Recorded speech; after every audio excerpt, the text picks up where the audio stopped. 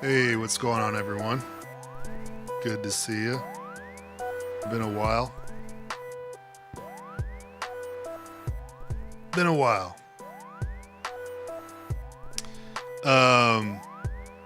Yeah, man. I'm doing fine. Who we got in here? We got Jimmy Pearson. No, this is not a premiere. This is a live. We got Internet God. That's your government name, isn't it? Zito, what's good, man? XX. It's like Dead Eyes. Who we got here? Let's see here. El Chalupa. Brass Knuckles. Good to see you all. Hey, Nelson. Nice to have Nelson here. Good to see you, bud. Analog Warmth in the building. Ranch it up. That's good. I like that. Stewart. Good to see you. Trenobolic. I should probably tell the folks, right, that we're here. Let's do that. 1 second before we get started. Let's see here. So let me see if I can remember how to do this.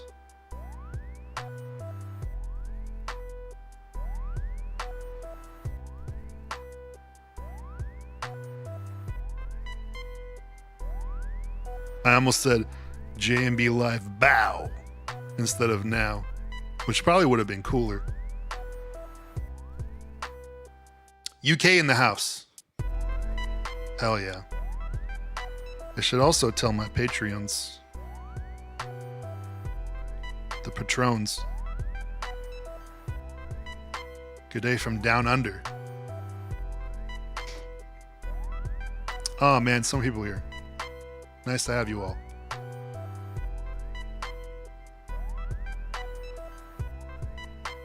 What kind of beats are we making today? The same beats we make every night, Pinky.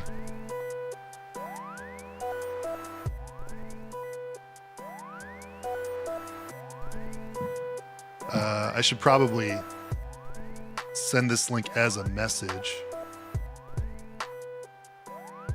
to the patrons, or else they'll get upset.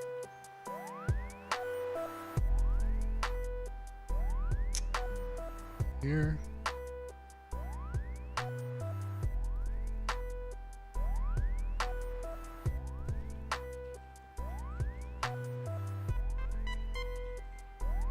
There we go. And done. Okay. All right, we're back. Please never stop live stream. I actually do live streams more often for the patrons. If you become a patron, then you get...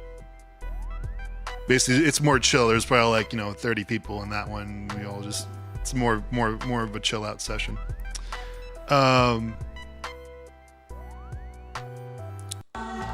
Who's trying to strike you? Oh yeah.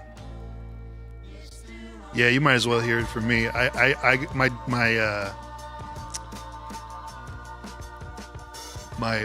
YouTube channel got demonetized.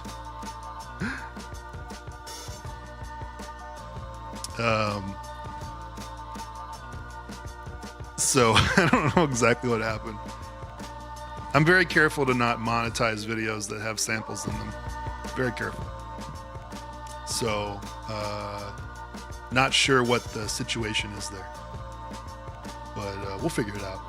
I sent them a dispute. It's probably just some accident,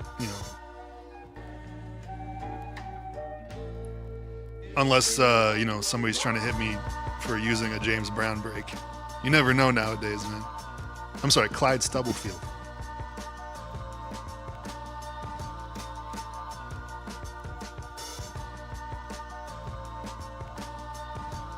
I think Weaver Beats did that. I don't know if he did.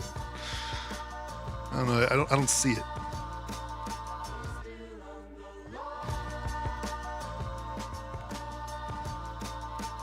This beat is crazy. What beat? I can't even hear it right now. I'm sending this to my OBS.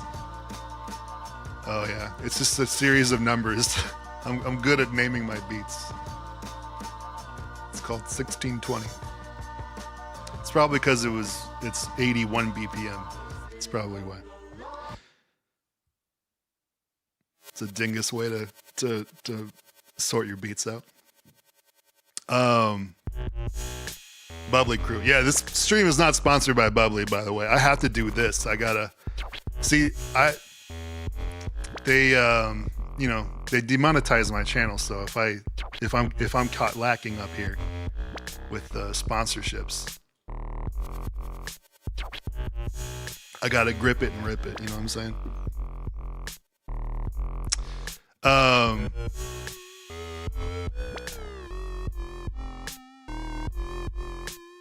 But yeah, you looking good, John. Thank you.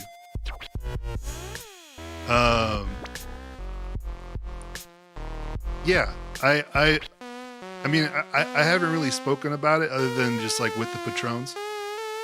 But yeah, I'm down 35 pounds from like November, and we're gonna keep going. We're gonna keep doing it. Just like eating not a pizza every day. So imagine what it's a crazy what you can accomplish when you don't eat a pizza every day. Rolly, good to see you, man. I'm recognizing a lot of you from the patrons. Nice to see you all.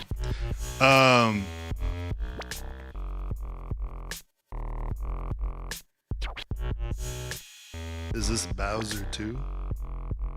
I don't know. This one's called Other Shit.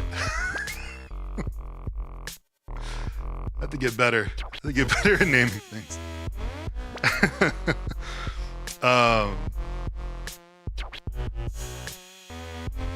Anyway. When you lose all the weight you want, you will be called Little John. I guess. Why did the demonetization on the channel happen? They don't really give you example. They don't give you reasons. They're just like, now you know you shouldn't have done that, and then you're just like, okay. They said that I was reusing content in a way that did not impact significant change, which I imagine is a blanket statement for a lot of things. And again, I'm very careful not to monetize videos where I'm using samples. So I don't know exactly what happened there. I'm pretty sure there's like I'm pretty sure it was like an automated dispute or something. But I mean, honestly, y'all, like, even if they say, you know, like, fuck it, you know, you're not allowed to monetize your channel anymore, I'm just gonna lean into it, and I'll just be like, you know what?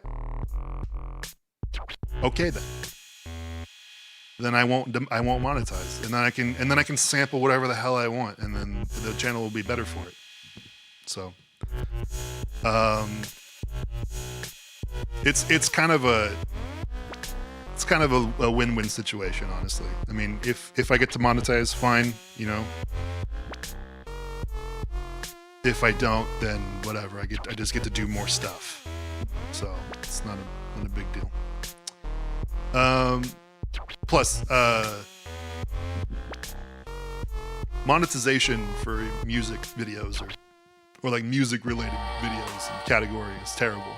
Like they pay out different royalty rates depending on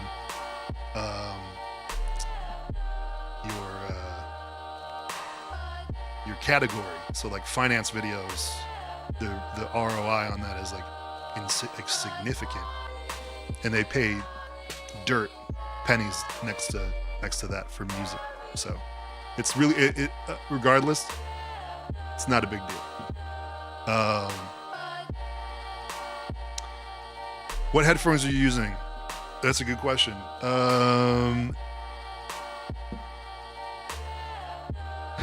They actually don't say on the side. Oh yeah, Sennheiser HD 800S. They're good. There's going to be a lot of bleed when you use these, so you know, don't use these so that way you can keep people from hearing what you're doing, because they're called open back. That ends up being better for the actual sound stage when you're in headphones, but yeah, not the best for trying to keep it from somebody else in the room. They're gonna hear what you're doing. Anyway, let's see what we got going on today. Pow. Check it out. We got this thing, and we also got this thing. It is 213. Now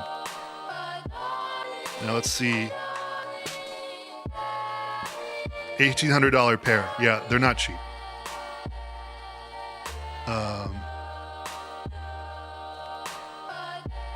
But crazy beat right now. Which let's see what this one's called. This is a fun game.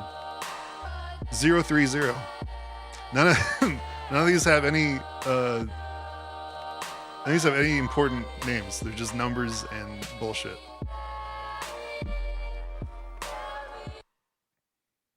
Will you try the MPC? What do you work for, a Kai? Or in music now? That's who owns them? Yeah, I'll try the MPC. Not today. But I'll try it. I own one. I own an MPC one. But it's yeah, I tried it a couple. I used to have a MPC live, and I used that for a while and then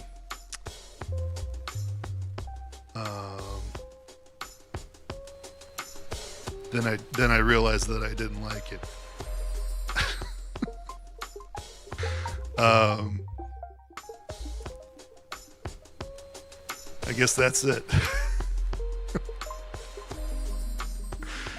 No. I just, there's different machines for different like types of work.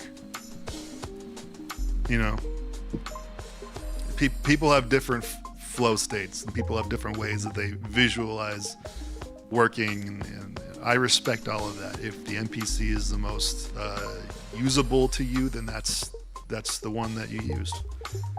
And I'm a weird freak who likes this over that, but I don't want you to hold that against me. What's your favorite pre-beat making meal? Lunch. Can I say that? Is that a cop-out? I do my best work after lunch.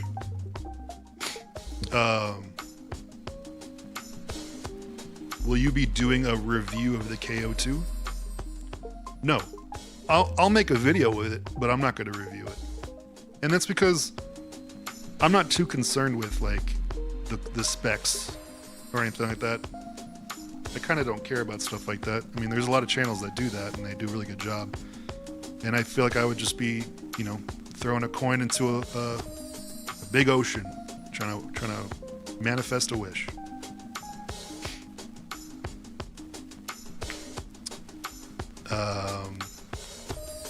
Any alternatives to the heat plus effects that you like?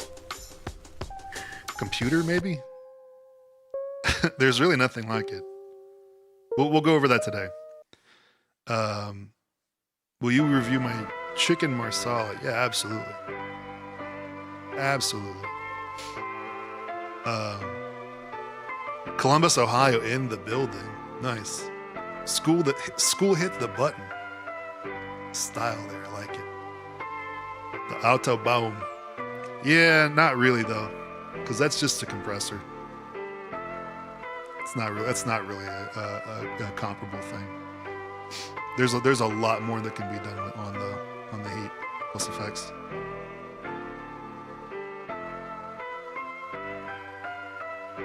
Have you ever tried the ASR 10 sampler? Yeah, I own one.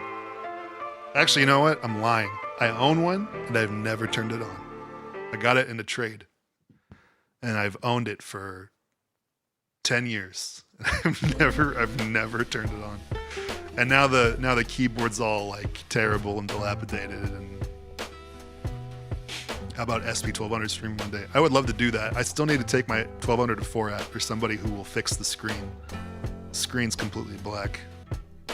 I traded for it several years ago at this point, and they did their own brightness mod on it, and they did it terribly. They basically just stuck some gum on the back and put the knob.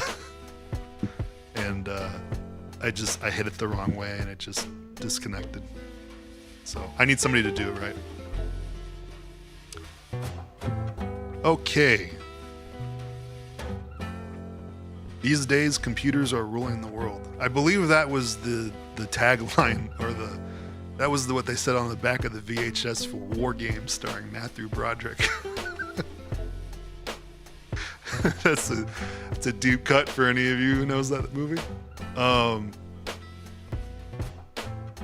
let me take this watch off because I don't want any distractions. What do you say to people that think hardware is for hobbyists? It is for hobbyists. Why are people so obsessed with making it a job? That's the better question. Have you tried the NPC one? Yes, I own one. We are all computers on the inside. I believe that was the takeaway of that film.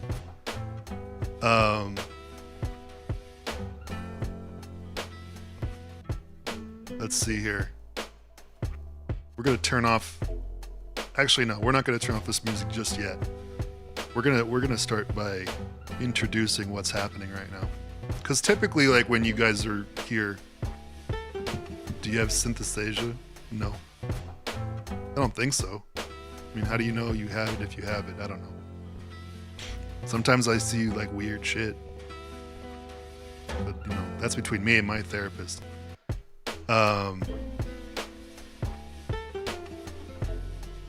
Curious about the analog heat, what it does to sound. Well, that we'll be discovering some of that today.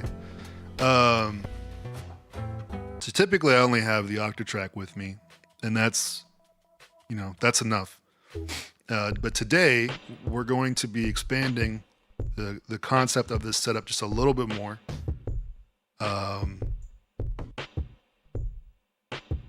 And introducing this in it, and it's not a mix bus. We're actually not using it as a mix bus today. We're going to use it as a send effect. That's what we're using it for. And we will be taking tracks or taking the input of what we're doing, and we're sending it here. And then we're going to take the signal and we're going to return it to the unit.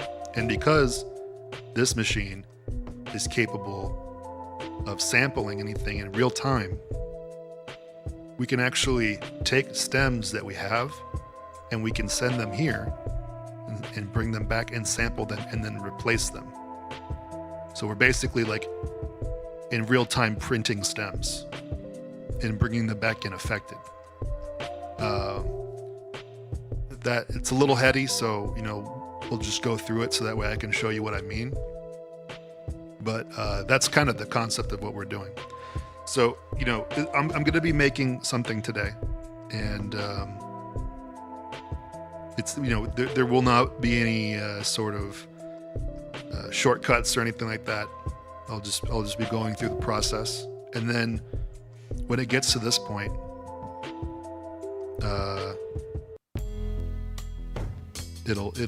it'll fall in place. Where's the MIDI out from the OT going? Let's find that out. Nowhere. I was messing with another setup because I have students now, and one of my students wanted to know how to MIDI sync things with the Octatrack, and so I had that set up for that.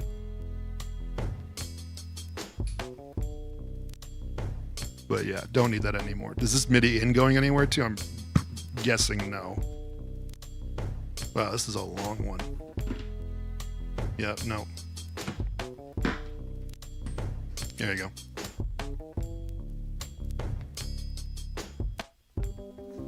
I see a lot of guys turning the highs way up on the analog heat like you've done. Oh, good Lord. I didn't mean to do that. I have not touched this at all in a meaningful way since I got on the stream. That probably sounds pretty crazy. Actually, you know what? If you're mixing dark, this EQ is actually really pleasing. So I could actually hear that sounding pretty good, especially when you have a like a high pass limiter or a de-esser after the fact. Probably sound pretty good.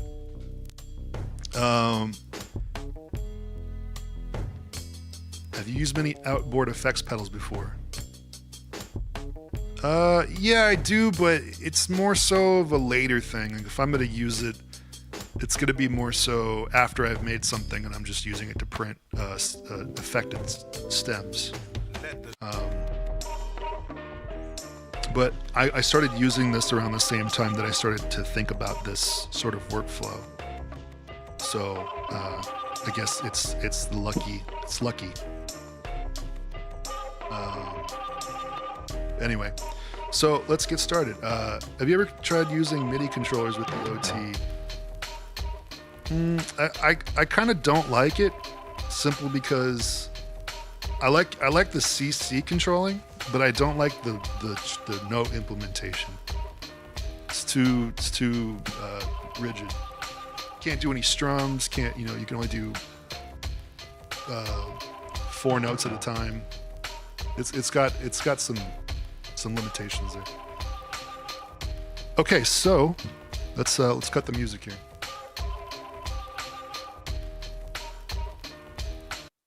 All right. Let's get back over here. Oh, by the way, the TV's off right now. I'll show you later. Thunder Force 5 for the Sega Saturn. Oh, there you go. Is what's on the TV. Classic.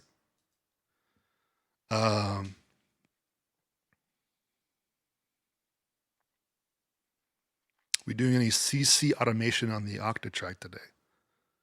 Probably not. I mean, I could, but that's not really what this stream is about.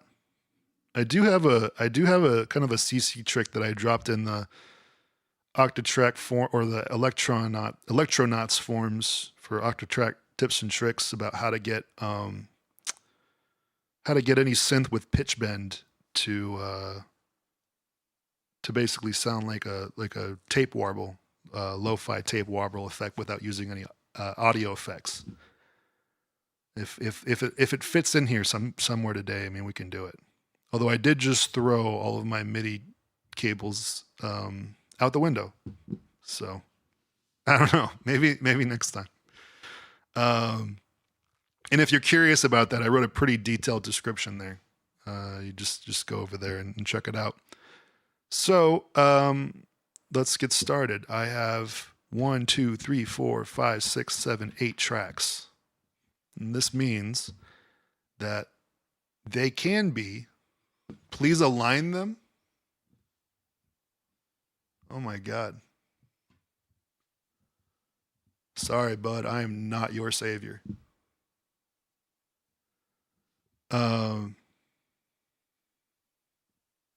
If that's gonna kill you, I'm sorry, I don't know what to tell you. And I'm gonna be moving these things a little bit anyway because I get messy when I start to work. So we have 1, 2, 3, 4, 5, 6, 7, 8 tracks. Now that could mean a number of things. That could be 8 audio tracks, or that could be 7 audio tracks and a master channel, or that could be, through tracks and other tracks that are sacrificed to give effect slots to those tracks. The thing about it is this machine is semi-modular, and that's why it's kind of hard to help people understand what it actually is. Because when you think about another machine that might be like this, it provides you a very specific workflow, and the difference between those machines and this one is that this machine asks a little bit extra out of you and asks you how do you want to use it? And then you can start to build a template that makes it work for you. That's why you can have people like me use it as like essentially, a looping version of a multi-track recorder. And then you can have people like EasyBot who use it as a way to have, DJ effects, basically like a performance mixer. And all of that is due to the fact that you can tell it what to do. And there's a lot that can exist within that. It's almost like, for those who have played Legend of Zelda Breath of the Wild, or its sequel, if you've played those games, or if you haven't played those games but understand the concept of emergent gameplay, the thing about emergent gameplay is it's not just scripted scenes.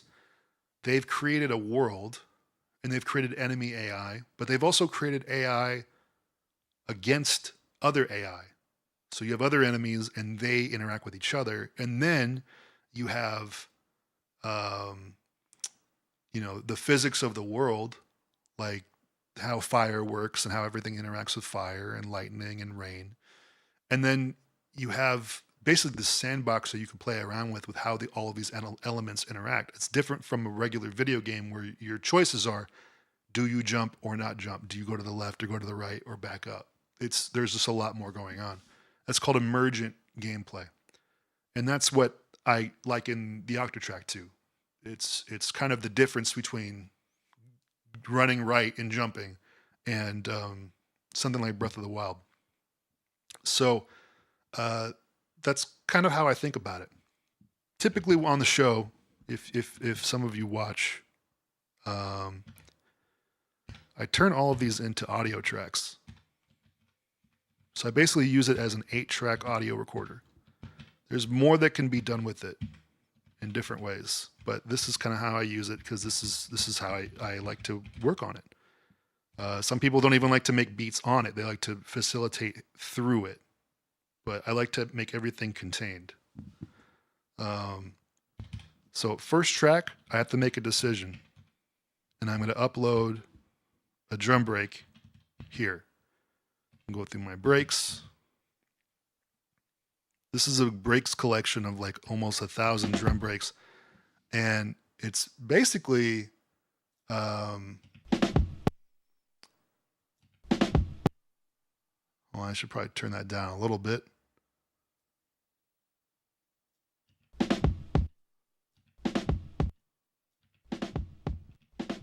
Hello. Yep.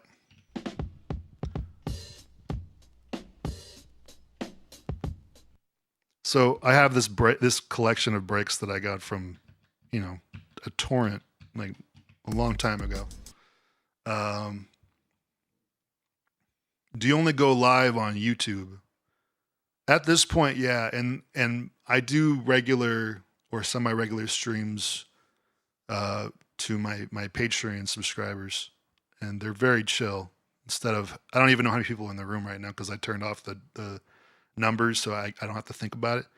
But in those rooms, it's more like 20, 30 people, and it's just more chill.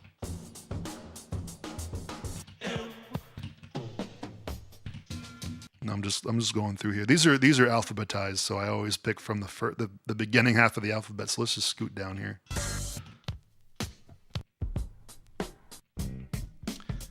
FX page copy, yeah, is how you get reverbs on FX1. Yeah, I typically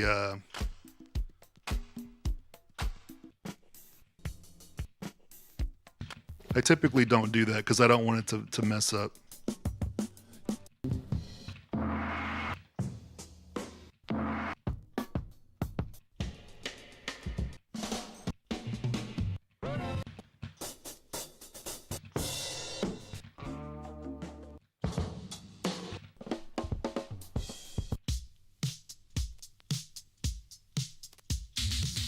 Damn, I actually like that. So we're gonna fuck with that today. So in here we have. Do you have to start from the beginning every time with the breaks, or can you shuffle through them? No, you have to start from the beginning. Again, this is a 12 to 13-year-old machine here, so there are limitations in terms of what it does and what it doesn't do. But as far as what it does, no other machine does it. So here we have this drum break. So I just loaded up into this slot pool. So there's 128 slots here. And any machine that's associated, or any track that's associated with pulling samples from Flex, which is the RAM, all of them have access to this slot. So you see how here that drum break I loaded up is also in the folder for track 2 and track 3 and track 4. They all share the same folder. So you don't have to think about that when you're loading things up. They're all going to be accessible through every track. So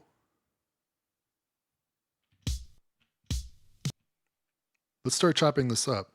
The way that this works, I actually really like the way this works. So over here, you have 6 knobs that all do different things. So these ones are regarding your view, and these are regarding the start, looping, and end points. Pretty self-explanatory. So, and then over here, this is where you preview your slice. And if the hold the function button down and press yes, and that's how you preview it. And it's pretty simple once you get the hang of it. You can just move on to the next one, create a slice. And then now a lot of people start to zone out here because they're just like, oh my God, this can be done on like the computer immediately because it'll just check all the transients. And yeah, that's true. And I do wish that you had that option here. But what it's done is what this machine has done is it's kind of turned this portion of making music for me. It's turned it into kind of like a ritual. This part here is kind of it's basically my opportunity to clear my head before I start to make any other decisions. It's a very objective process. And that's really good because it allows me to have space between, you know, oh, I'm here, I'm going to make something. And then now all of a sudden I'm in it. All of a sudden I have something. I didn't have to think too hard about it.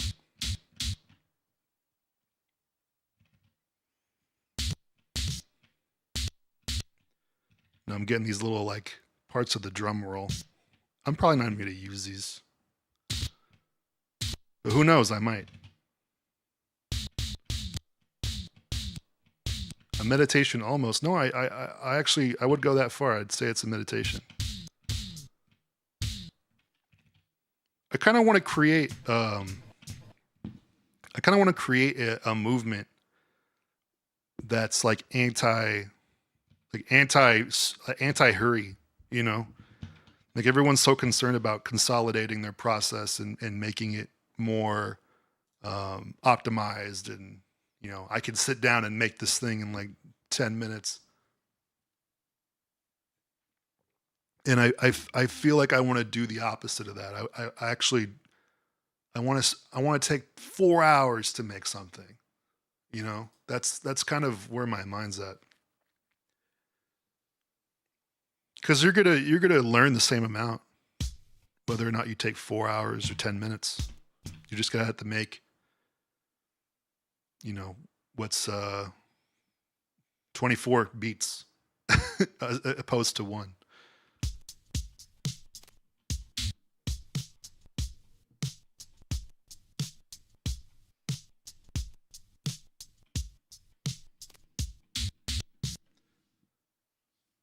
So this is what we have now. Now the tone of this is actually pretty abrasive.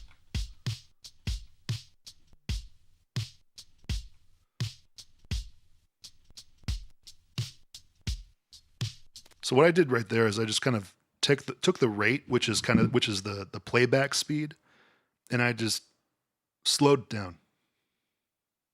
So right here, this is 63 plus 63. You can't really see the screen too much, but this is kind of the all the way pitched speed of 100%, and then it slowly starts to go slower.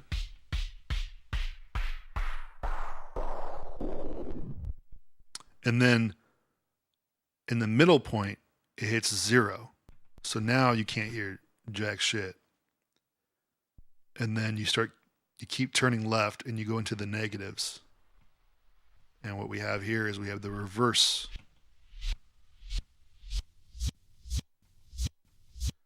So that's 100% speed, but in reverse. So then you can do stuff like this. Like, you know, like scratching. You know what I mean? You can actually automate that stuff too. So with that, I'm actually going to find a pitch that I like, which probably that.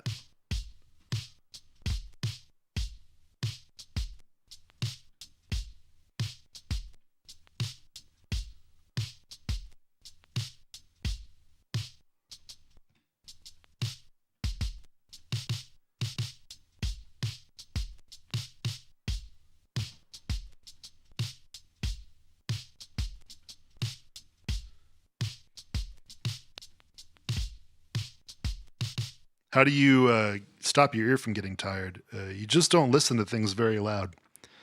That's kind of a big one. Everyone wants to listen to their music loud because they want the excitement from that. But in reality, all you're doing is you're tying your ear out.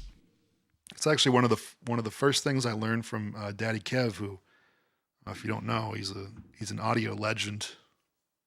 He's mixed and mastered countless records, got Grammys.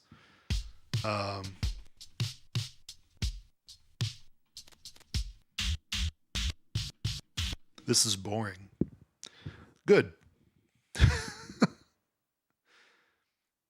This is supposed to be boring. Actually, you know what? That's a great point. I'll take this time to address that.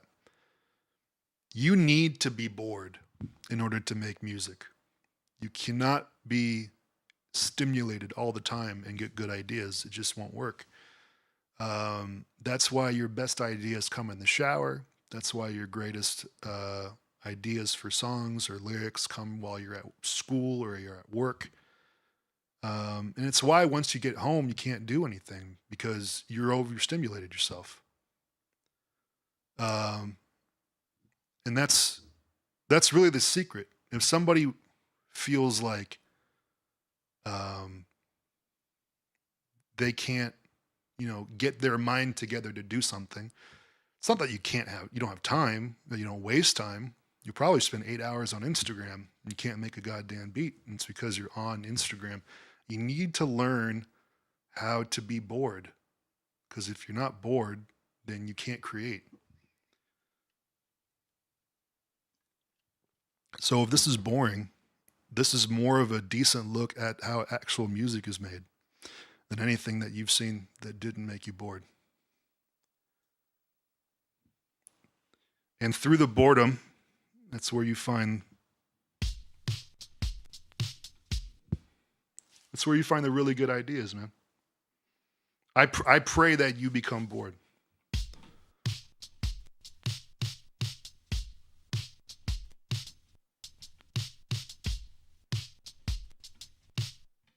So I'm going to do that.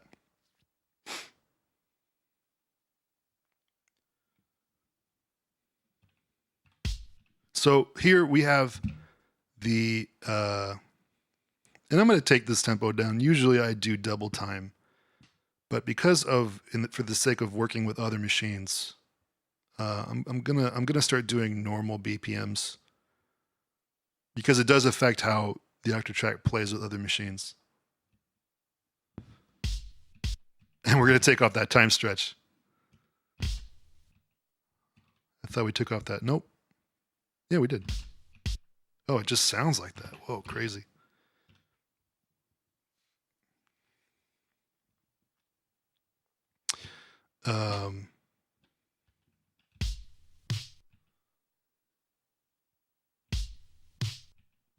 Okay, so you see how this yellow light is going through the steps?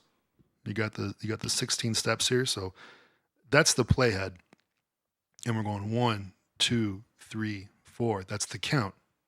1, 2, 3, 4. Now, the ones are usually kicks, and twos are usually snares. I mean, obviously that it's different. It's like that dude that does like the "This Is Rock," and then he does like "do do do do do." I don't know if anybody's seen that. That might just went over everybody's head. But so it's usually kick, snare. So I guess what I'm saying is these are the downbeats, and that's typically where you would find snares. So that's what we're building off of. You know what I mean? And so the way I want this to work, whoa, why are these one shots? The way I want this to work is I want boom,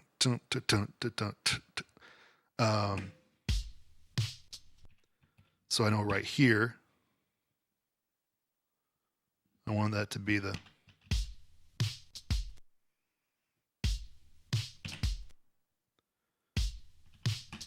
dun. I know I want those to be hi-hats.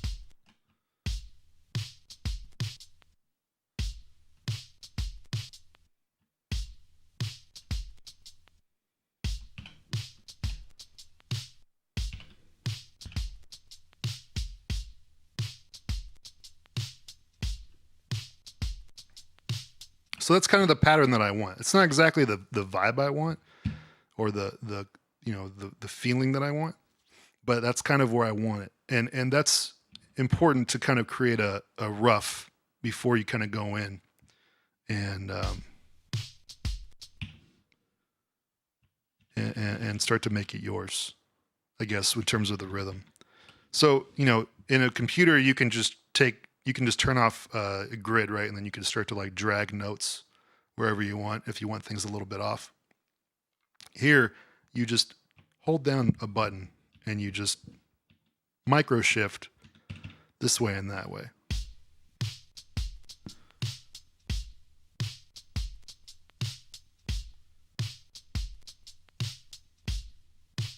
Now I hear in this one that there might be some space. Oh no, it's kind of right there. Never mind. That means that this is a little early then, because the timing didn't feel right.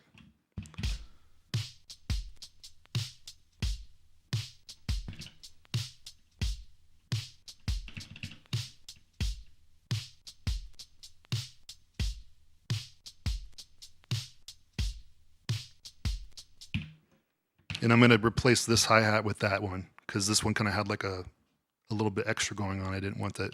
Didn't want the beat.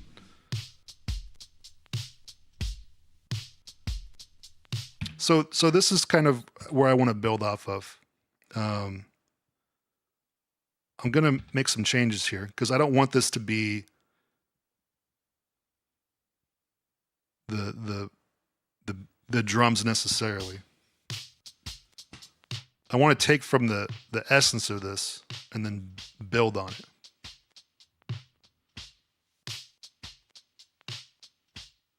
So I filtered it out. So you have a high pass filter here and a low pass filter here, and you can use the combinations of those to kind of find an area that you like.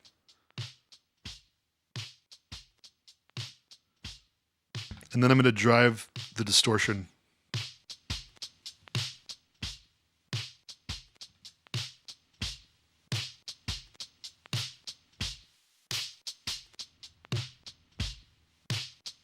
I'm sure we'll find a different frequency band that'll sit with the rest of the drums, but for now that works.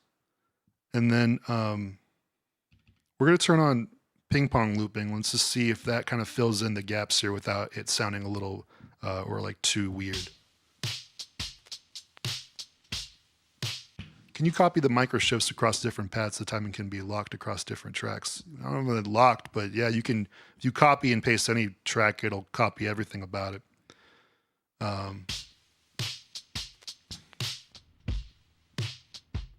If that's what you mean. It's too much. And now we can play with like the speed here.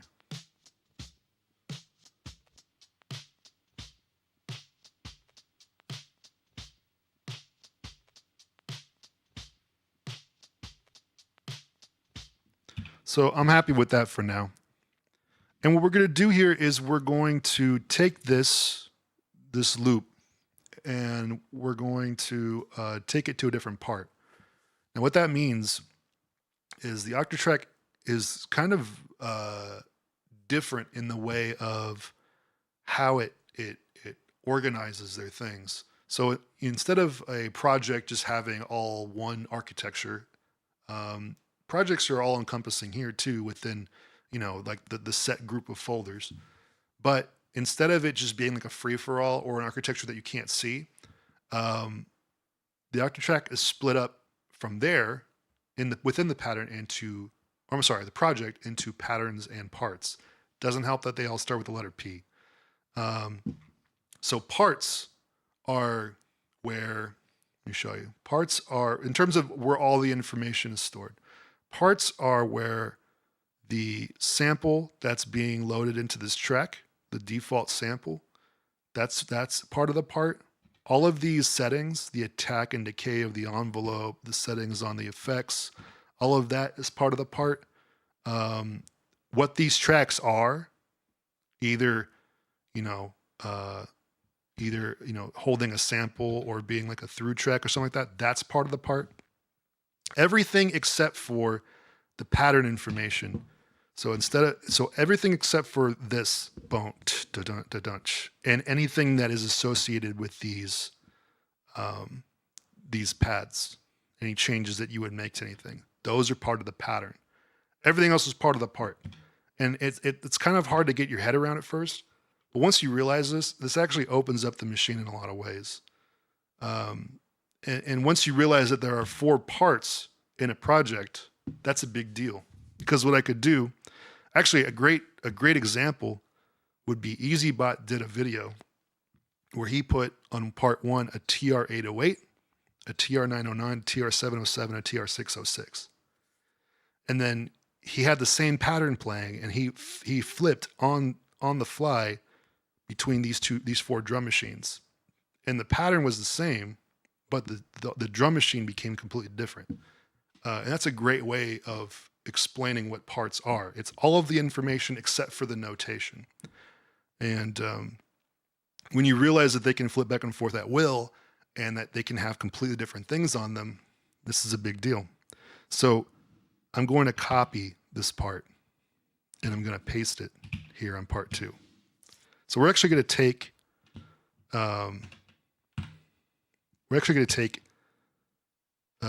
this.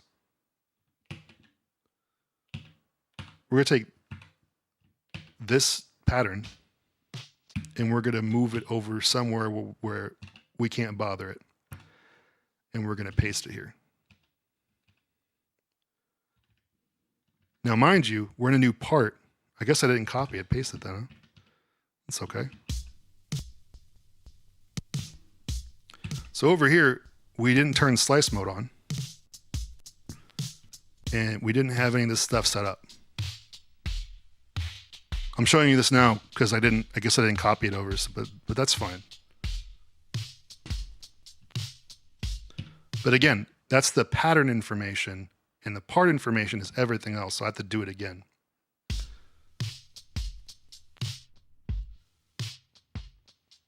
So that's pretty much how I had it.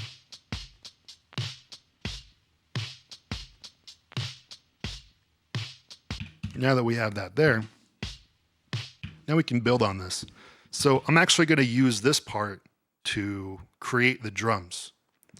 And I'm going to bring in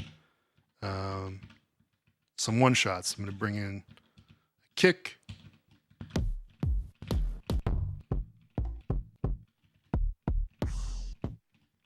And you can actually hear what's going on as you audition these.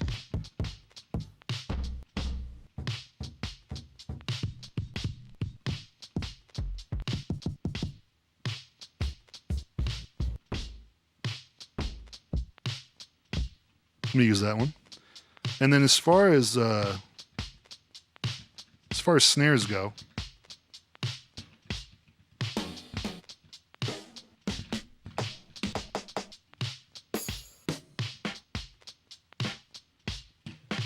use that one. So now we have a kick and a snare. And in order to make room for these, we're gonna filter this out in a way that makes sense. So right now it's more of just like let's get certain things in here, and then we can start meshing things together once we have more information.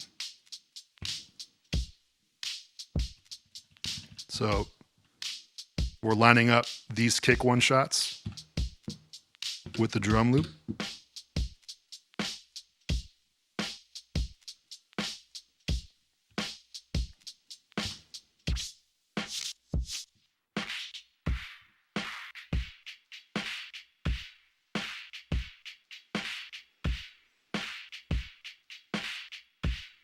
It's kind of fire.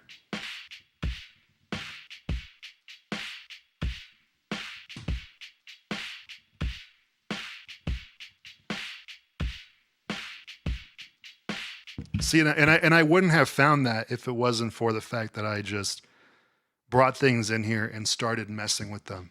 Because at first it's like, oh, how am I going to get that drum loop that's pretty, pretty full. It has its own identity. How would I get that more, banging? And it's got to play a supporting role. So Sun Woo, good to see you in here. Fighting the good fight. Dig Attack is not a proper swap out for the Octatrack. They're completely different. It's like comparing the Encyclopedia Britannica to the internet. I mean, that might be a little bit exaggerating, but yeah, this can be a big brother Digitech if it wants to, but it can also do a lot more. Also, the Digitech can do things that the Octatrack can't. So it's not necessarily like a one-for-one comparison.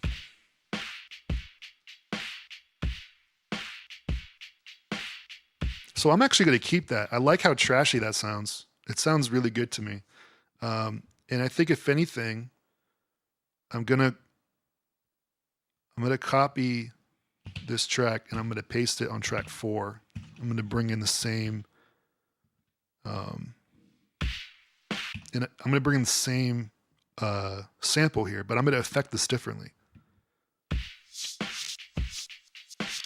So now this one is in reverse and this one is how we had it.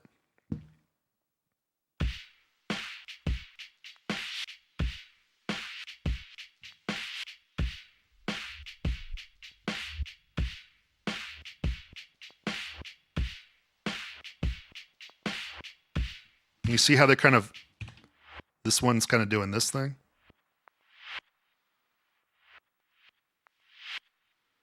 So let's make this sound more dynamic. So this one that's in reverse, we're gonna, I'm just gonna make it pan back and forth in the headphones.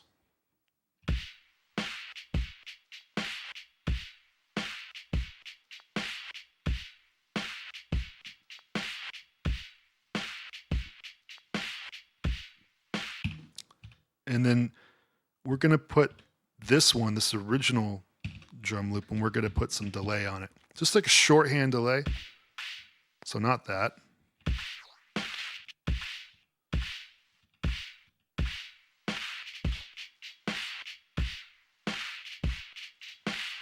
So we're going to turn the send on that down pretty far. So that way there's a little bit more of a live feeling to that.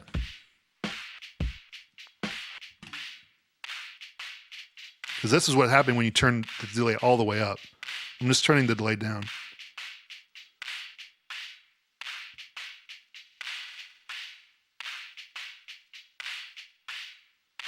Now I'm taking the width down. So the highs on that delay are not as obvious.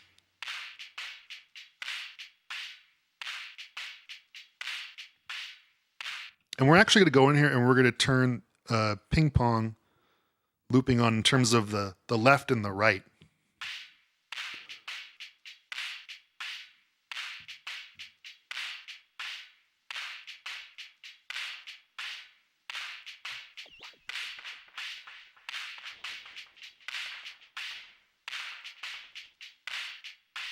YouTube might be in mono, not sure. I don't think so. Could be.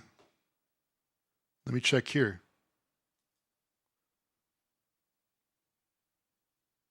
No, the Octatrack is in stereo. Actually, that's actually a great way to figure this out. Is doing this and turning this delay off. Is that in one side or two sides?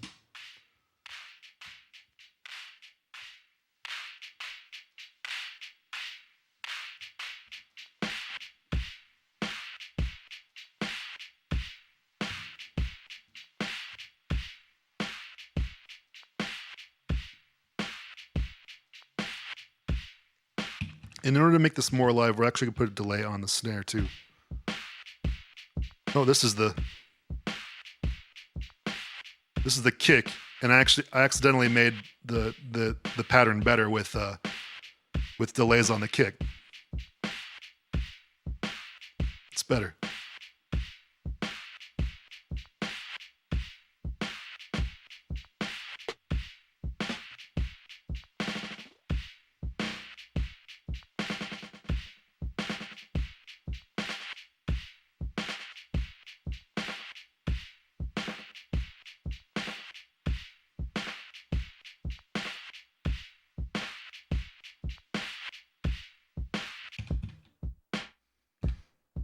So now the snare has kind of a delay on it. And now I'm turning down the delay on the kick so that way the ones that came in are kind of more like ghost kicks, right? That's really nice. But this is still kind of loud to me. Um, let's mess with the filter on a little bit.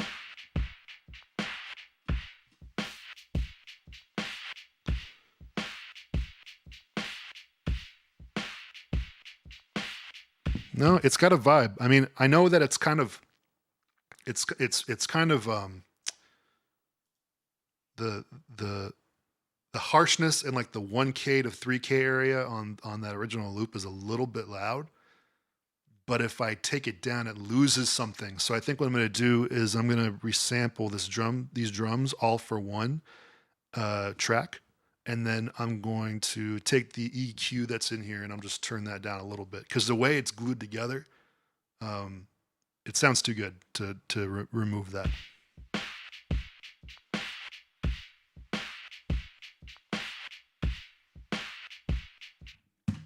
We'll turn this reverse down a little bit, and before we do all this, let's just flesh out these drums a little bit because we're going to be operating this as one track. So here we had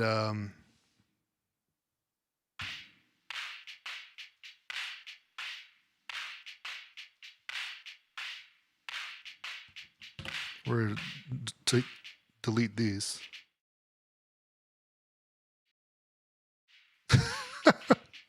We're playing roulette with these these OBS scenes.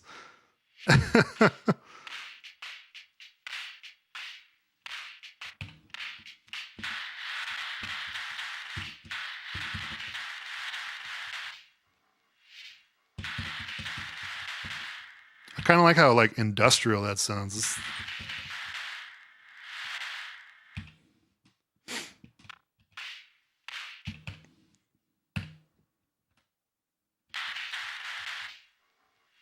Kind of like how crazy that drum that snare roll sounds. Dun, dun, dun, dun, dun, dun, dun, dun, dun, dun, dun, dun, dun, dun, dun. Okay, so these are all going to be that snare roll. I just had to think about it, like visualize it. So from slice 13 on up.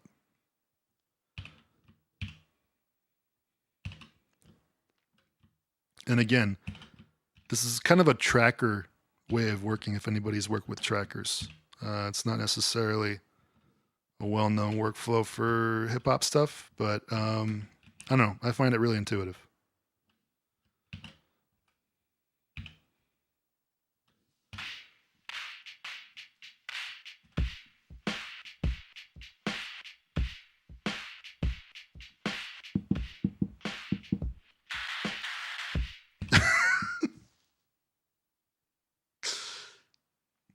That didn't turn out the way I wanted it to.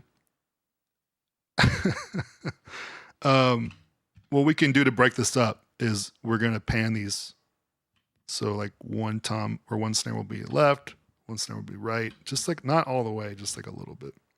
And then the last one will be in the middle. And then all of these we can just hold all these down and then push these a little bit. So let's see how that works.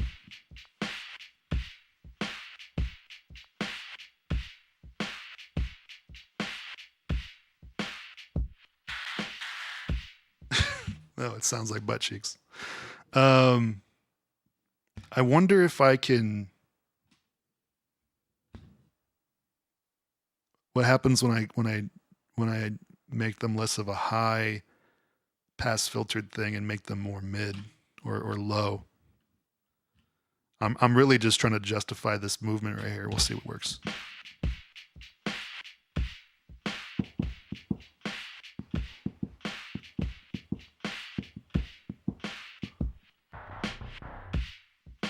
I mean, that's kind of tight. I'll take out this one just to give it, see if it kind of makes it feel more rhythmic.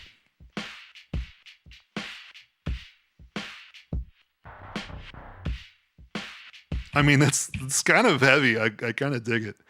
Um, and then I think for track 5, I think again we're just doing the drums here.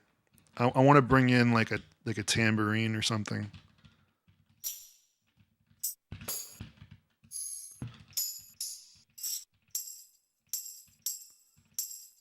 Bring in that one. And then the cool thing about these is that if you don't have slice mode on, where you're seeing the slices in the slice mode, these are all different start points. So that's start point at the start, and then over here is more into the sample. So you could do some stuff like that.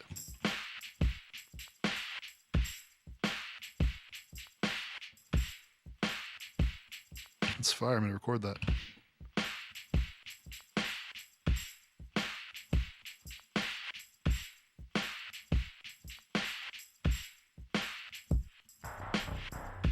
And that last part, we're probably just gonna leave it blank.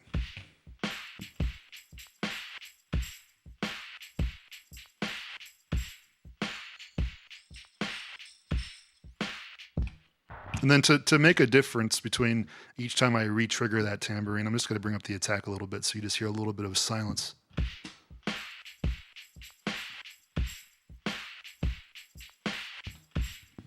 And we're going to put a reverb on this.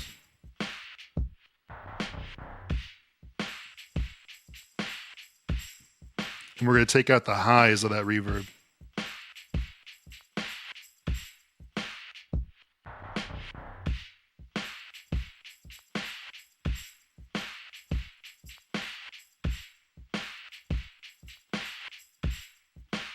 And we're going to put some distortion on this.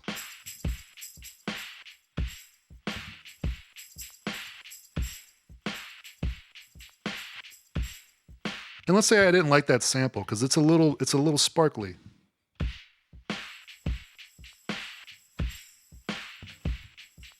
That's a different sample. And now I can just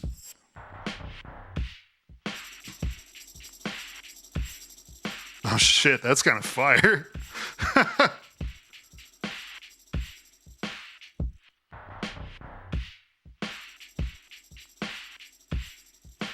That's sick.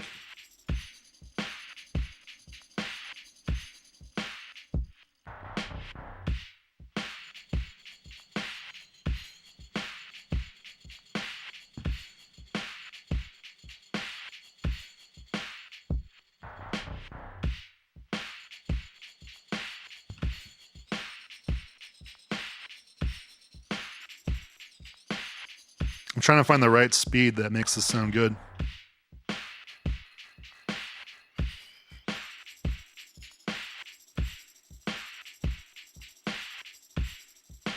So we're gonna hard pan this.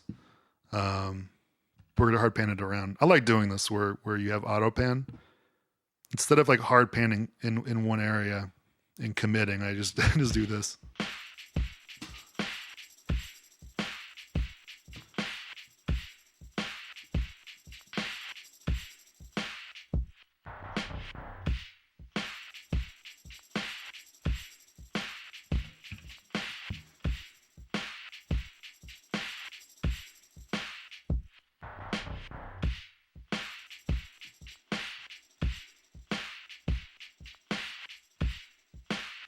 So I think we have that. I think that's good.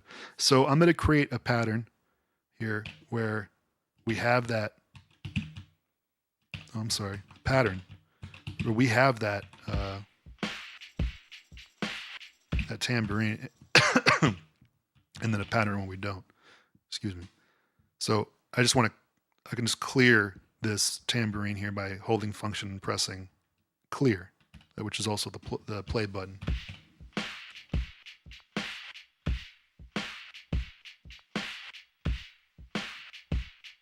So I just need these two patterns. I don't think I'm going to do a lot else. And if I do, I can just take that. I can just take this as one track, and then I can chop it up however I want. So I think I'm happy with this. So now what we're going to do is we're going to create 2 loops. And so the way you do this is you go on, well, before I do any of this, I should probably go into here and turn on dynamic recorders. Now, what dynamic recorders are is typically when you have your tracks that you want to sample to, you have 8 different sets of 16 seconds that you can sample. And that's pretty limiting, obviously. But the way you get around that is you just go in here and you turn on dynamic recorders. And what that does is that lets you use up to 5 minutes. The catch is that the amount of time that you can sample is also the time being used to load samples onto the RAM. So you gotta kind of, be careful about that.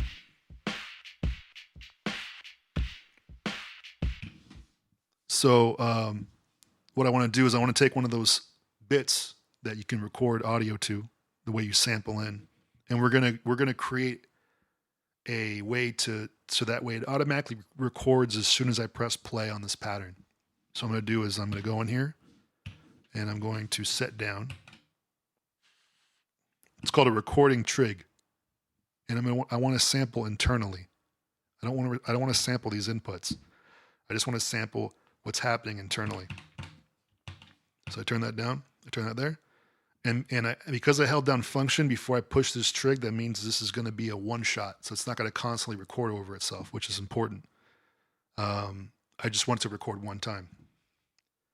And I'm going to turn that into a recording that only is 64 steps. So it's 4 pages. It's one pattern. So I just want it to record one pattern. And then as soon as this pattern's done, it'll stop recording. So I'll just have like a nice, neat slice of audio. And I want to make sure that I'm recording the main output, which is everything. So now that we have that all set up, when I press play, it's going to start recording here.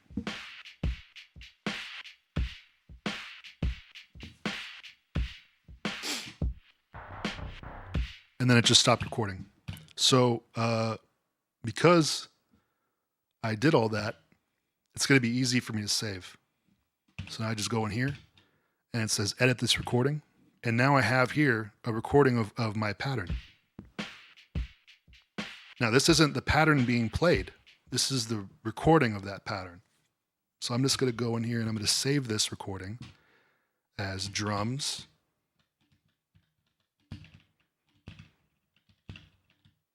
Druns. Fuck it, we're calling it Druns. Druns 1. Sounds like a graffiti writer or something. And we're going to assign it to free flex, which is a free flex track, which is the RAM. And then we're going to do the same thing here. We're also going to record, again, the same thing. But we're going to record the one with the tambourine. And I already set up those things at the beginning, so I don't have to do it again. So now when I press play, now it's recording.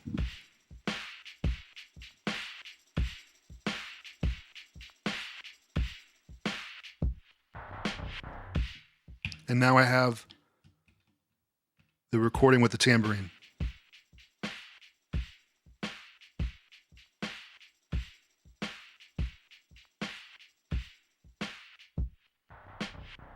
Now the kick and the snare is probably a little bit loud in terms of the mix, but I think I'll be able to take a compressor to it and kind of squeeze the drums a little bit, and it'll actually sound kind of nice.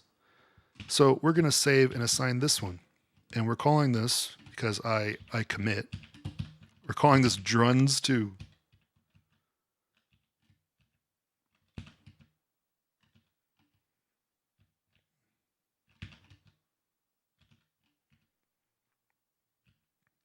So we're done with the drums here. You see all these drum tracks and stuff? We're done with this. Now I have these two these two audio samples that I want. So we're going to go back. Remember how we had parts? We're going back to part 1. Oh, actually, we used part 1 in order to do that. So we're going to go to part 2. Okay. Oh, wait. No, we were in part two. So now we're back in part one. And we're going to make track one the drums.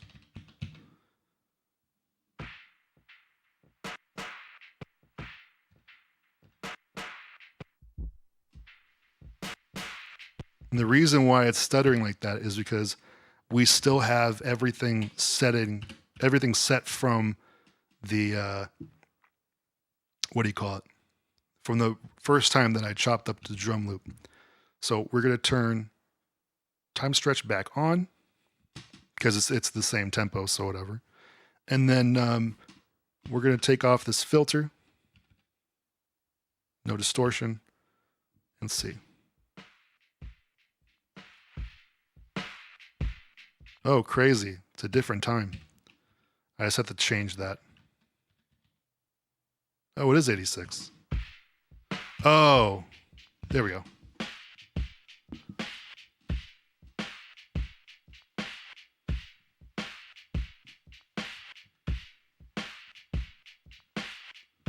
So now track one is going to be my drums. See, that's the way it's nice to work like that, because now if I want to go back to my drums and create and pull them for their own stems, I can. They're in part two. But right now, I just have part one, or I just have track one as my drums. Instead of having 5 tracks be my drums, only three stems to work with. Now they're all just here, and now I have 7 more tracks where I can create stuff, and that's where I want it. That's how I want it to be. So how do I get this sounding a little bit more banging? There's a compressor here. I'm gonna take the attack. I might squish the transients all the way. Or, I might open up the attack a little bit and the release a little bit longer. And then we're just gonna mess with the ratio and the threshold. I wish they had actual settings for these instead of 1 through 127. It makes it a little bit harder to deal with.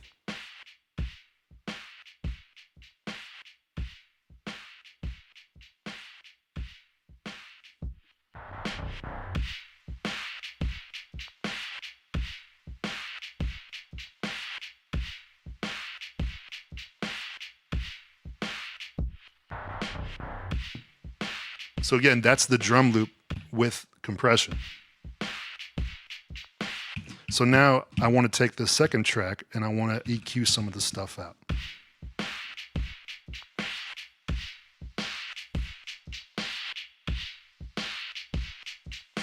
And the way that you can find a great way to find out where you need to cut on your EQ is actually to turn it up and then find out where the offending frequency is. Find out where it gets more annoying.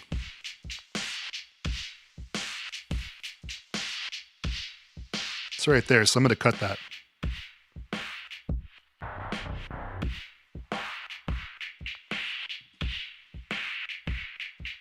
Right there too, I'm going to cut that.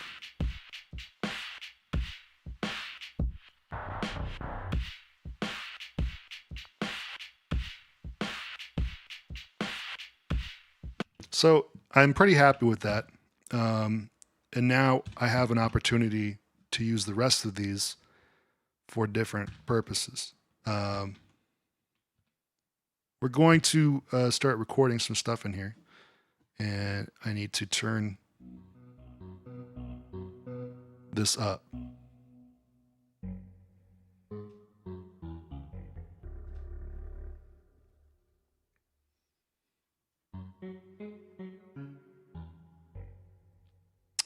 And let's see how I want to do this.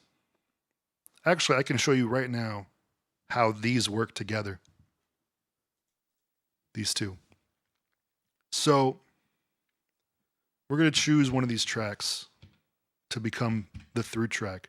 And what that means is we're going to use it as a way to bring the sound in here live. See, right now what I just did, I'm sorry, that's actually the gain. What I did right here, that is the direct signal. So what that means is that is the sound of the keyboard coming in here and then immediately going out.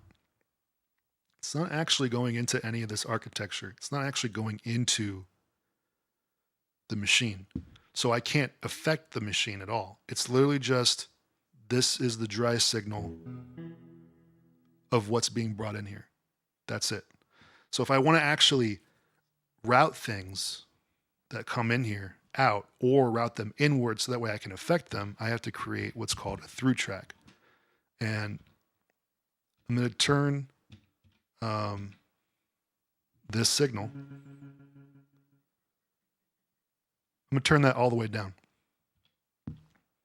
And then I'm going to activate this track. And I'm going to make sure A and B is where my keyboard's coming in. You see this green light that's turning on? That's A and B. So we're going to make sure that this through track is A and B. Those are the inputs that are coming in.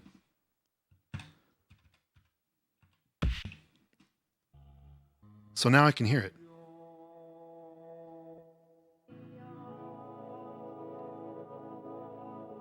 And now it's being affected by anything in here. So if I want to turn this filter down,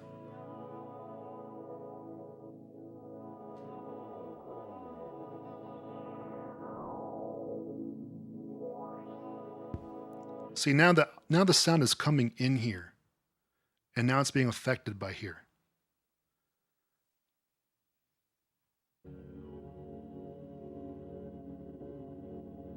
So if I want to bring in a delay,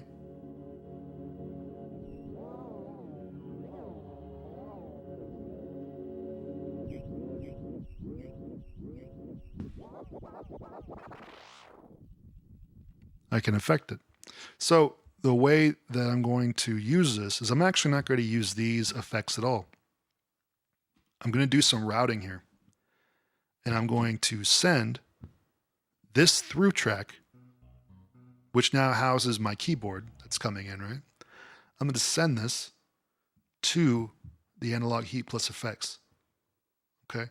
So the way this works is this machine has two sets of outputs. It has main out and Q out.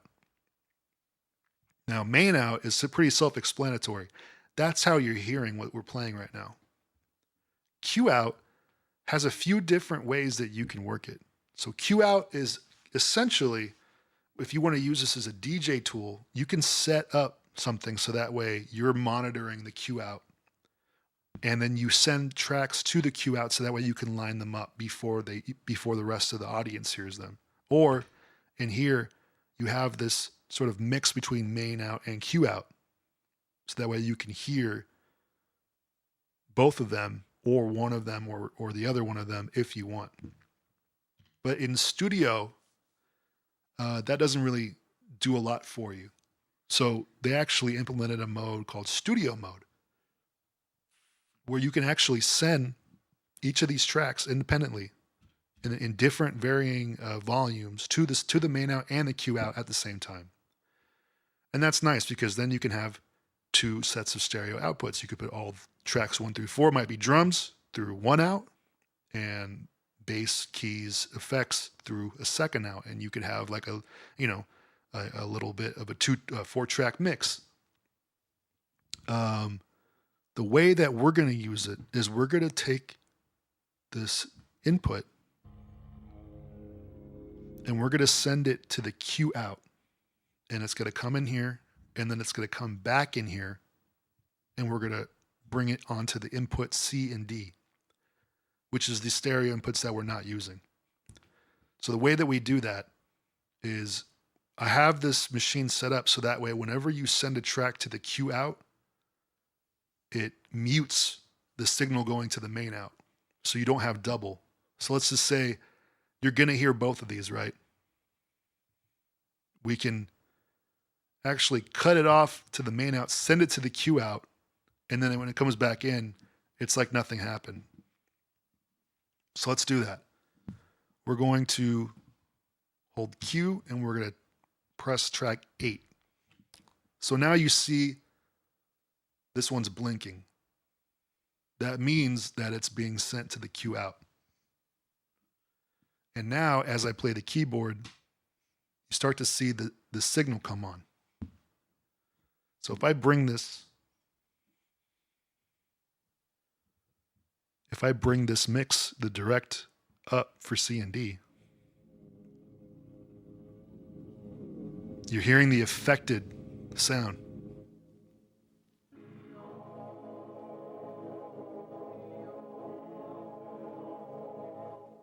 And right now what's happening is we've got, let me see if I can make this a little bit clearer. Hold on.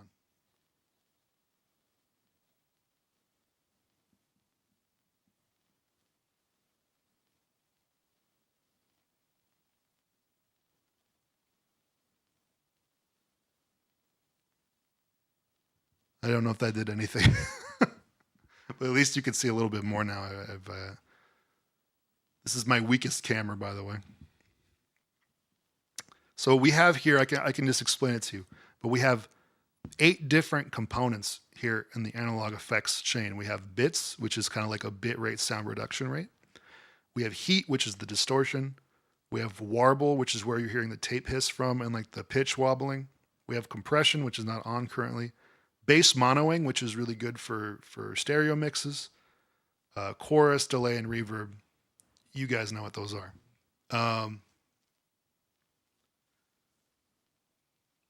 So if the AB is synth input, you mute the monitor and cue it to the heat, and then the heat goes back into C and D. Yes, that's exactly what's happening.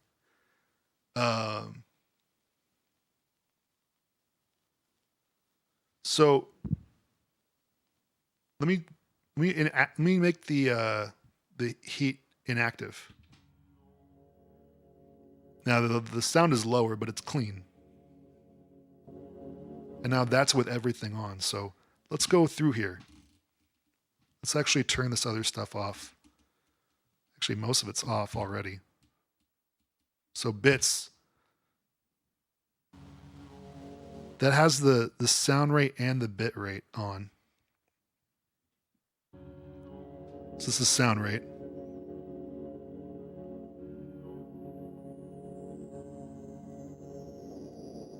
And you can filter this out.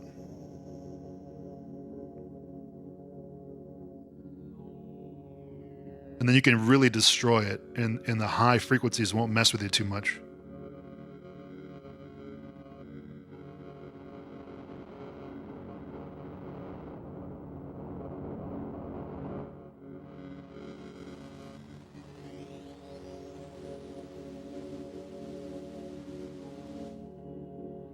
There's that. And then there's wobbling, which is basically like a tape.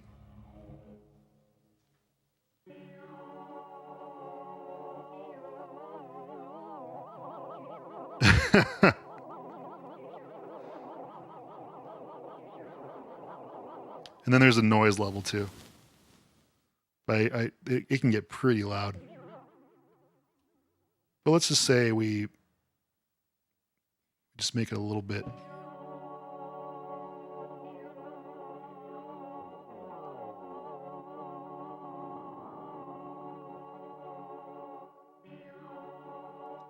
The volume of my gear could be higher. There you go.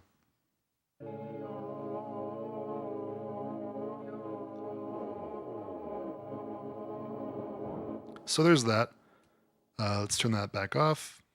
Then you have a compressor. I mean, compression's pretty obvious. Bass focus, you're not going to hear much on the stream. The rest of these are pretty self-explanatory, but the way they can come together and the fact that you can actually pick any of these up and move them in the chain.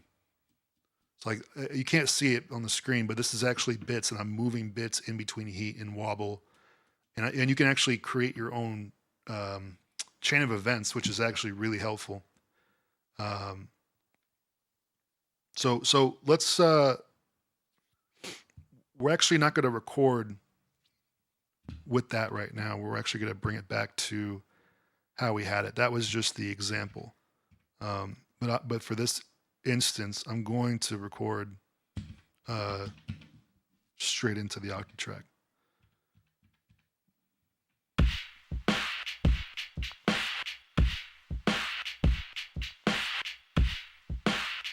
So let's just kick on over here for a second so that way we can come up with an idea.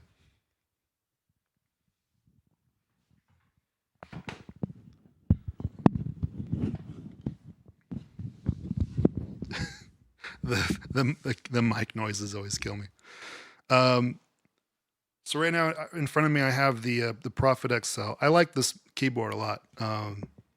It's a sampler keyboard, but it also has it's like a hybrid. It's digital oscillators and samples, but then it's a VCA and VCF. Uh-oh. Wait, hold on.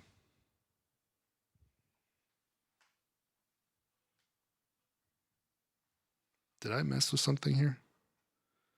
I pulled on a cable a little bit. Hold on. Oh, no. There we go.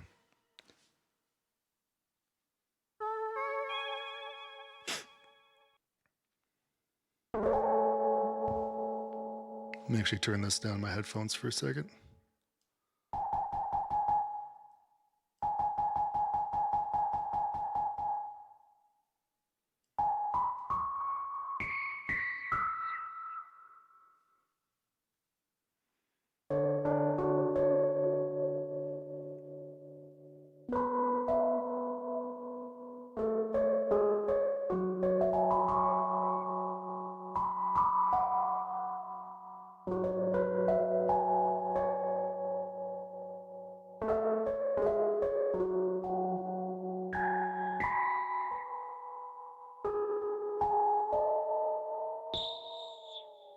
I do like this patch.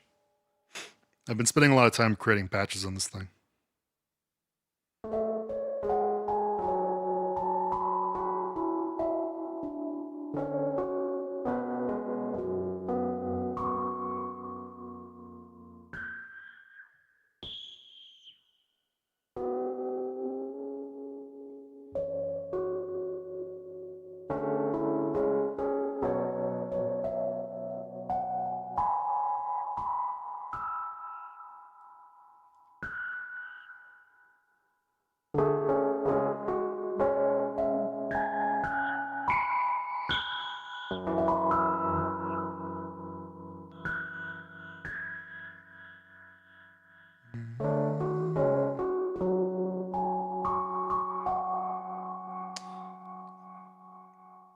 I like that today.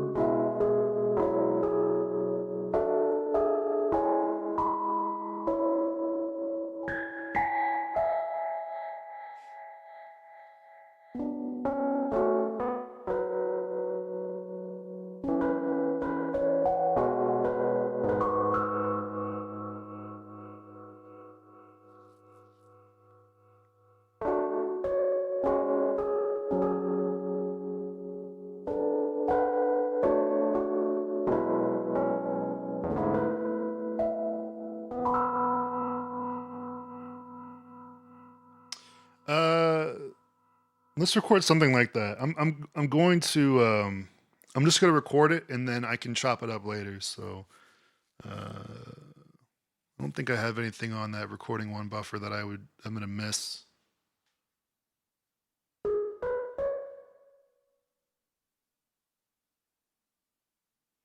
Let's just go for it. Yep.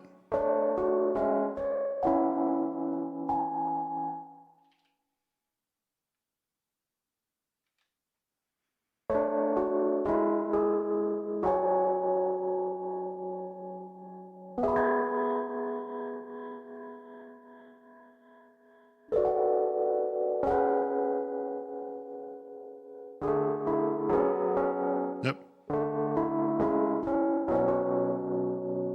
Nice. No.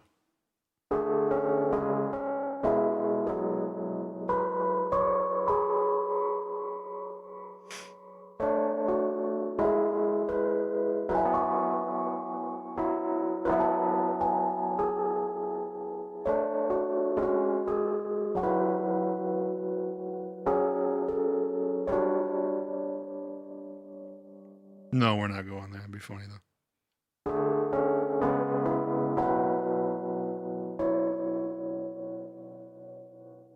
Let's. I'm getting in it. So let me just start recording that again.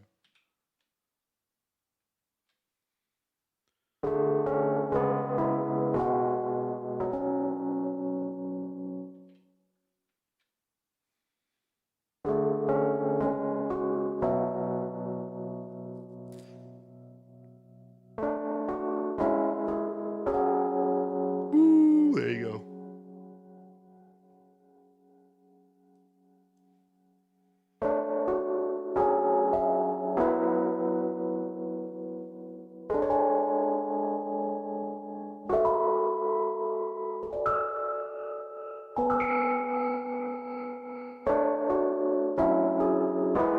Mm-mm.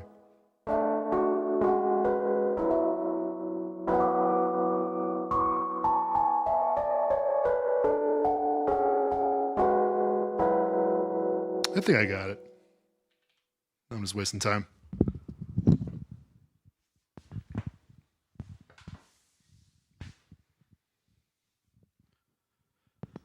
Okay. Let's see. I hope I recorded that. That would be nice.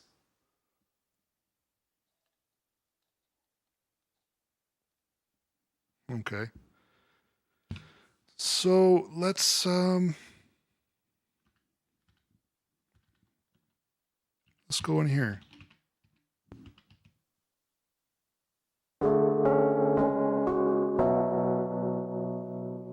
Yeah, this is dope. So now, instead of having played the drums, one of the things I like about sampling is the fact that you're trying to fit it into something that it wasn't intended to be fit to. And so when I do this,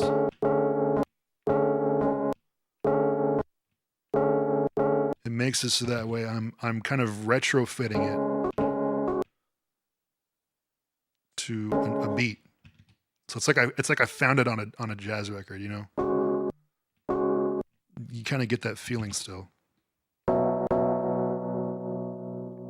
Because I think when like producers will like replay instruments, or like they'll, you know, one of the cool things about rap beats to me is you can hear kind of the loose ends of something. John, what oscilloscope app you got running on the second screen? It's just Reaper, and then I have it up on the side. It's just a DAW. You can do that with Pro Tools or Ableton.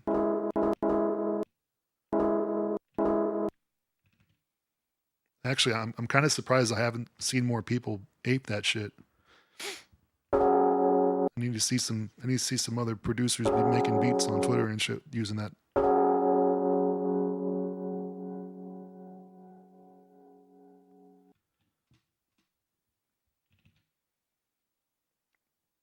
So right now I'm just going through the recording again.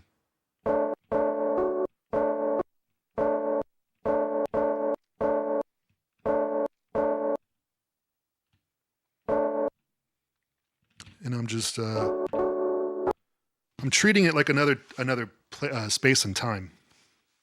You know, like I didn't record this right now. I recorded this 30 years ago. If that makes sense.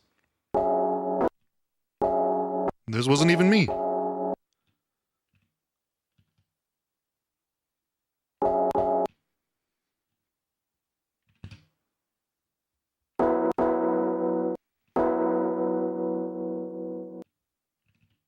Some good stuff in here, man.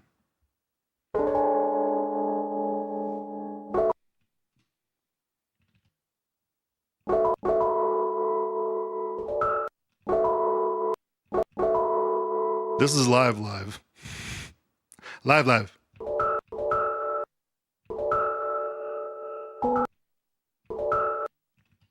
We had to push the next episode back a week just to make sure we had enough time to make it right. I don't want to rush episodes out anymore. So I was like, you know what? Might as well just come back on here and do some shit.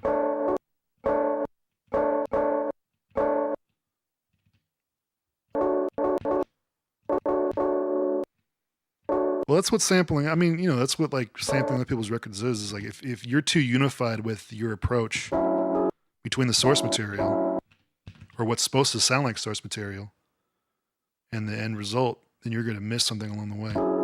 At least in my opinion, this is something that's helped me kind of skirt around that.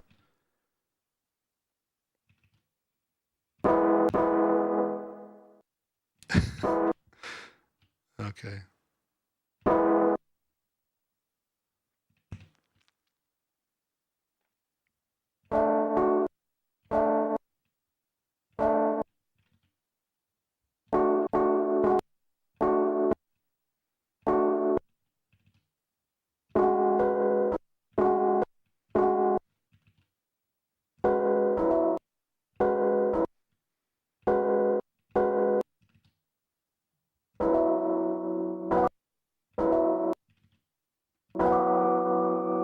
Ooh, I like that one.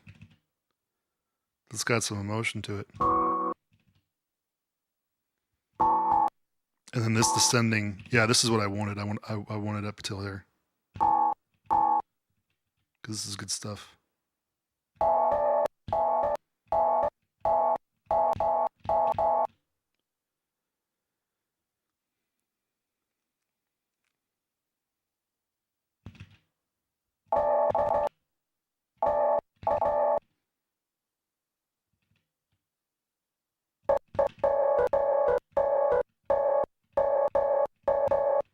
How do you sidechain while using this contraption?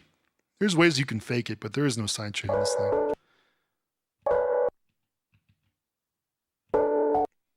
I guess you would just have to learn how to stop relying on sidechain.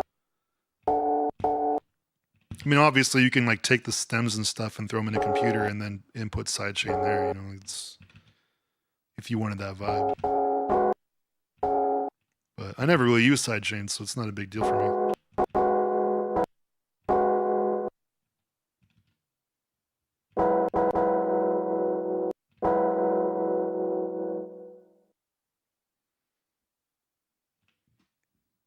I never grab passages of a sample. I always try to get the individual ideas, the individual notes. Save sample as keys or G's. I can't go back. G's.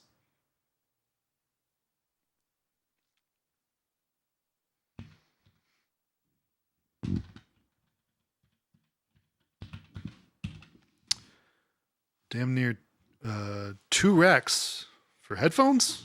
For these headphones? You're tripping. Maybe. Hold on. Look this up.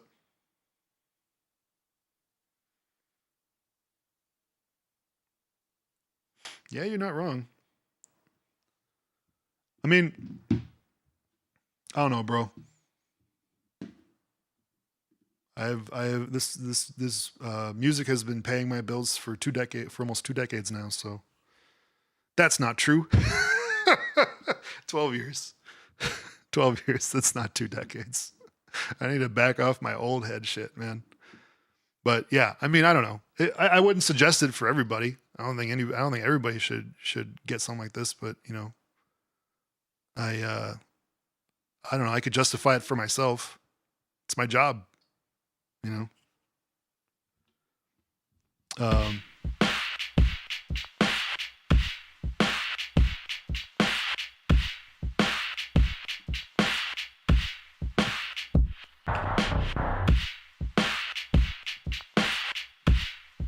So let's take this into slice mode.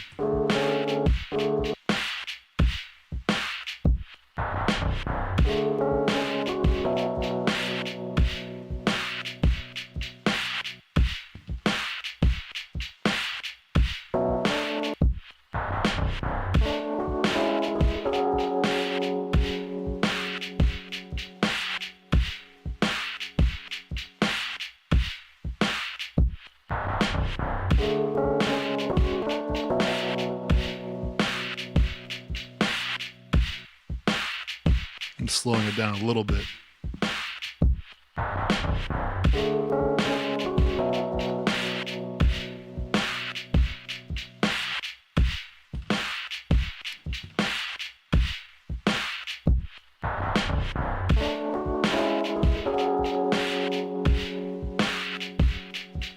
Yeah.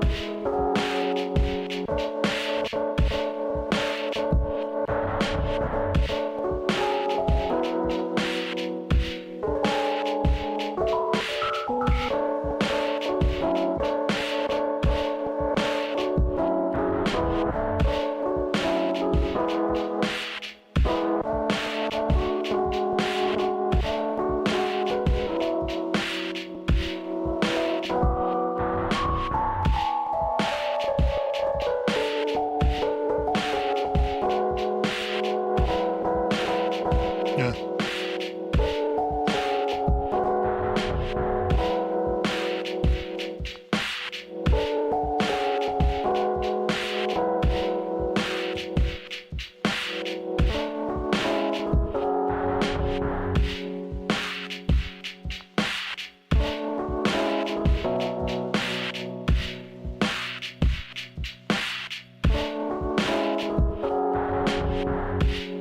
Yeah.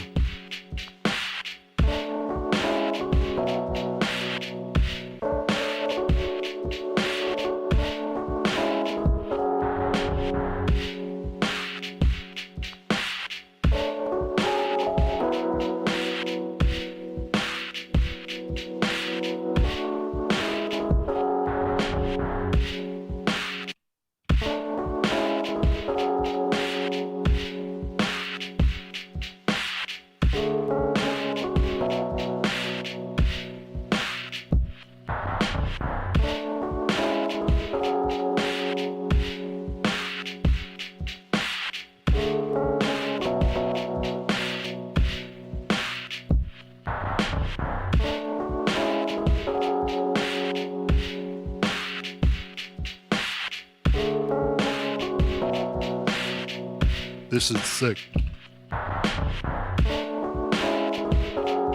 I'm just doing this live.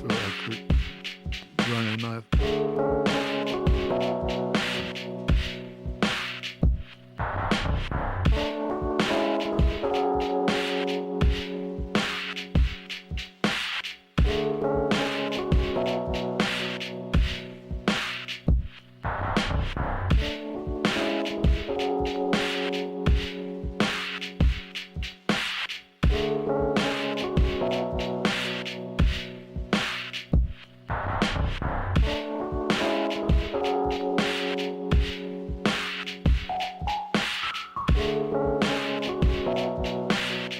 Hey, let's move over here.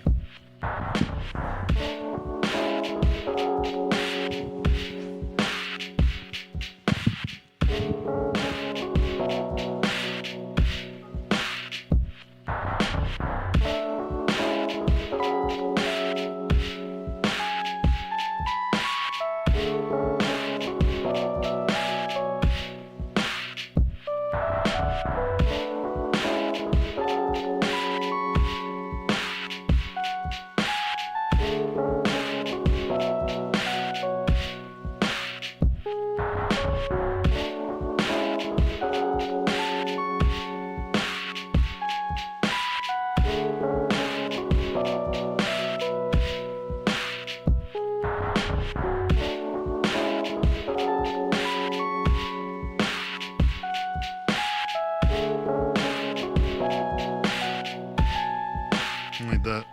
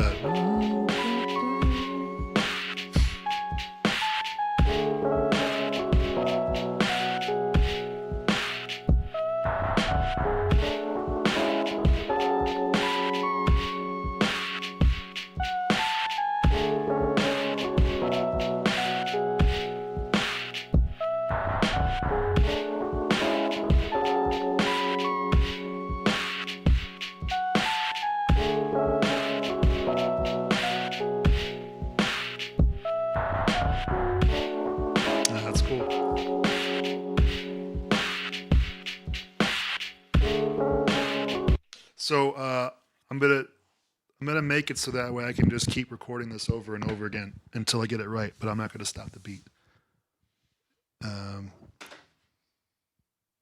So track one, that's what we're sampling to. The track recorder. It's a long story. If you don't know what I'm talking about, I'm not gonna explain it right now. But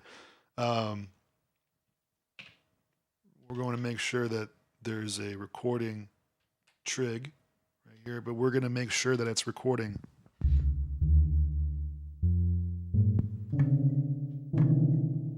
A and B.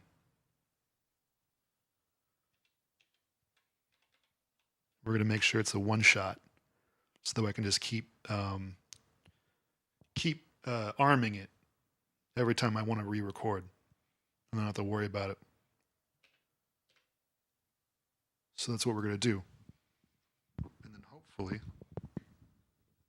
hold on. My mouse and my microphone are all mixed. Oh, geez, there we go. Okay. Let's make our way over here. And I forgot the melody.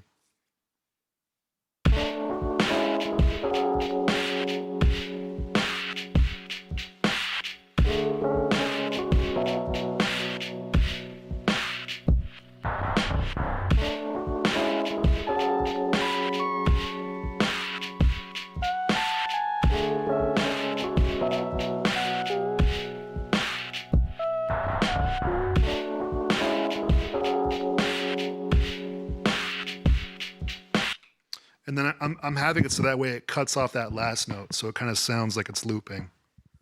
I think that's going to be nice. So I really should mute the microphone whenever I'm moving because all the sounds are so crazy. So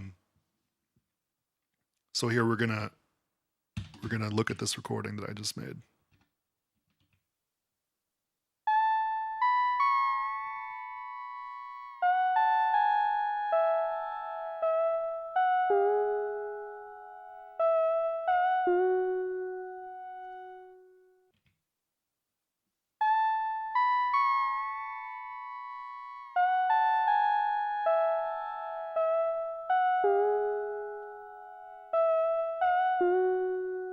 It's got a good vibe to it.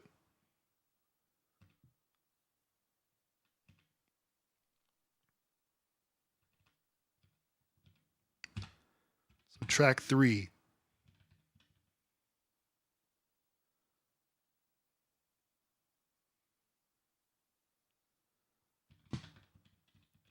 Track D is going to be this thing.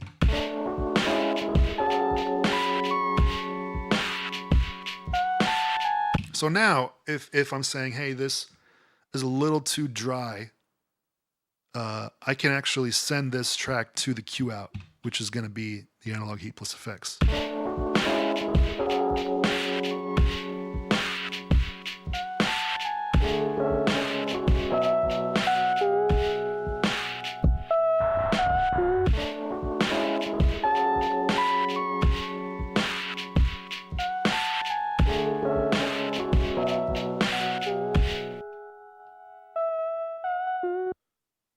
So I want to make it so that way it sounds a little bit more alien. So we're gonna go to the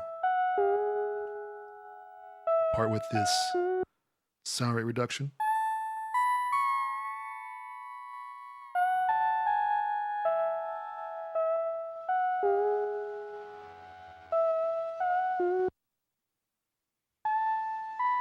I'll turn on the reverb too.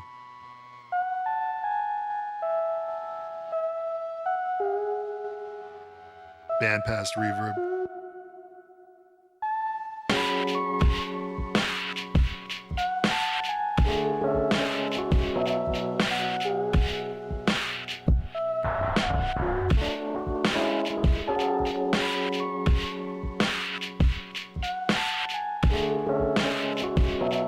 Let's see what this wobble does too.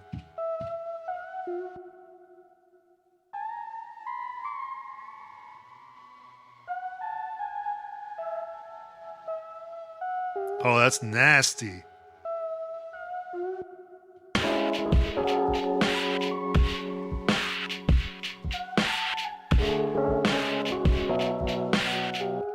then I'm going to turn on the high pass filter here.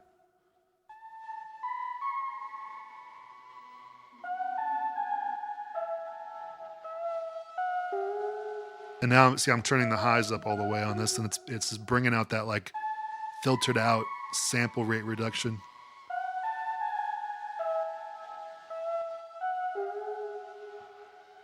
And now I'm gonna right now the pitch wobble is all the wet signal, but I'm gonna bring it back the drying signal a little bit. And what's gonna do is it's actually having those conflicting pitches. So now it sounds detuned or like chorus or something. And we're gonna lean back on that bitrate reduction a little bit.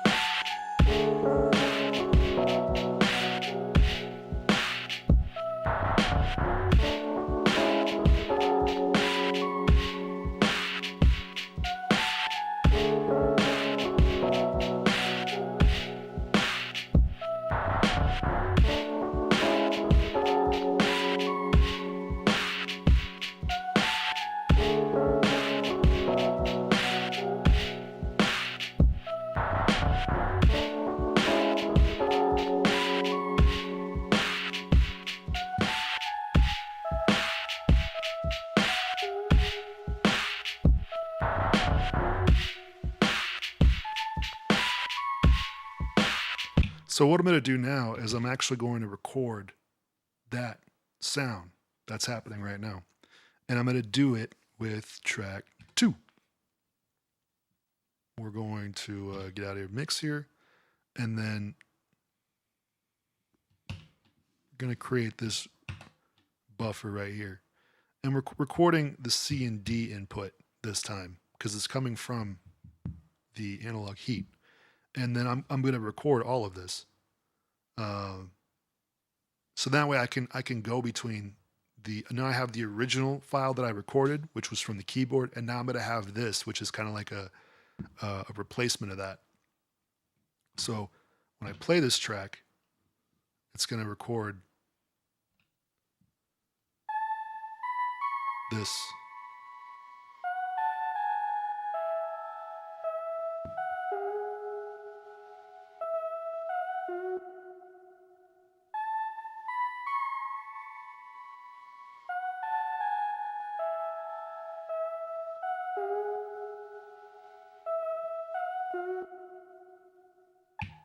So that is here. We're gonna load it in and make sure that we actually recorded it, which we did not. What happened here? Oh, I see what happened. Well, wait, did I see what happened? Yeah, it should have recorded C and D, and I have C and D here. Let me see. Let me go into the track functions here. Yeah, C and D. That should have worked. Let's try it again. Let's bring everything in here.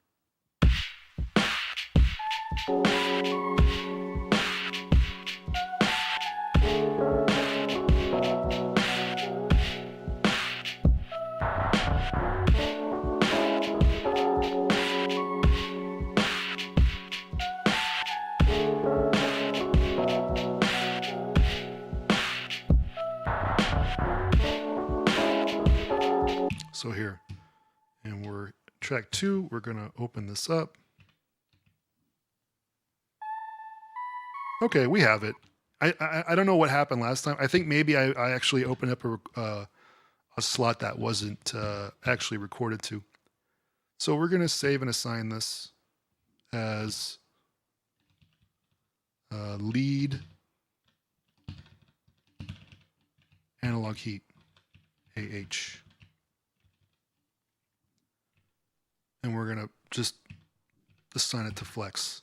So now this track can be swapped between the original, bring it back, because right now the original's playing.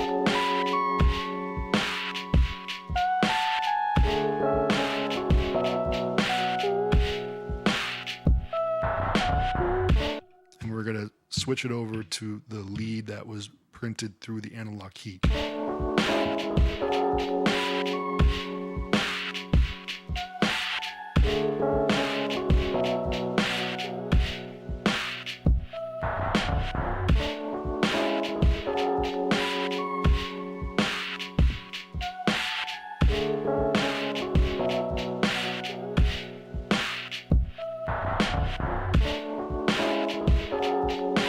So we have these 3 tracks now, and now we have 5 more tracks to play with. So let's break our way over to, or make our way, like how normal humans talk.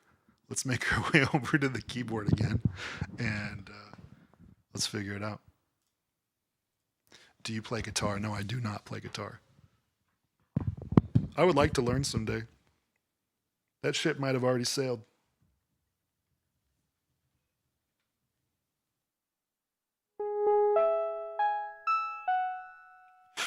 These are all patches that I created, by the way, just on my off time. Not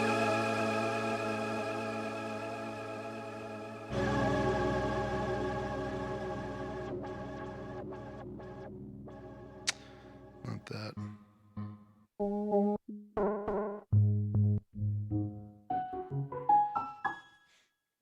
I do like this patch because it's like a regular piano with like a little bit of like a voice, like a looping voice. It's kind of just like going back and forth in the headphones. And then once I bring this mod wheel up,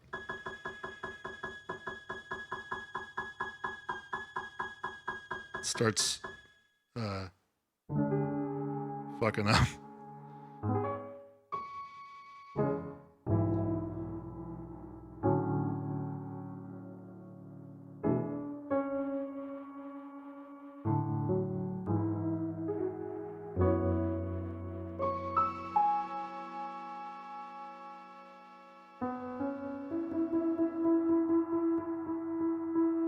So we're gonna throw the beat on. Let's just see if we can find anything.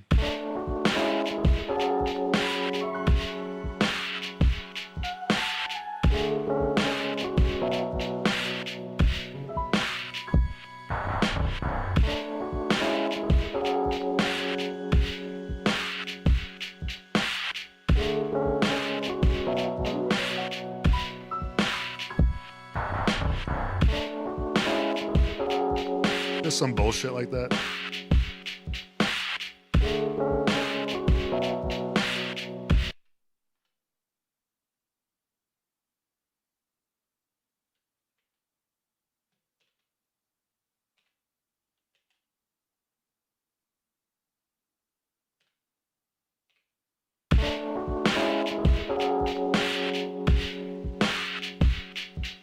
I think the Octatrack gets a bad rap sound-wise, mainly because of the first version, the MK1,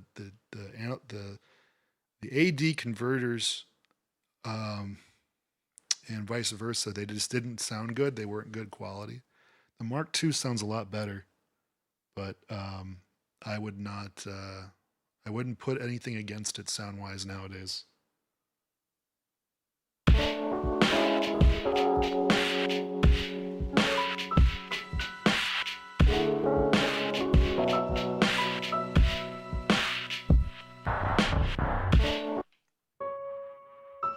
I'm actually going to take that weird sound out of it.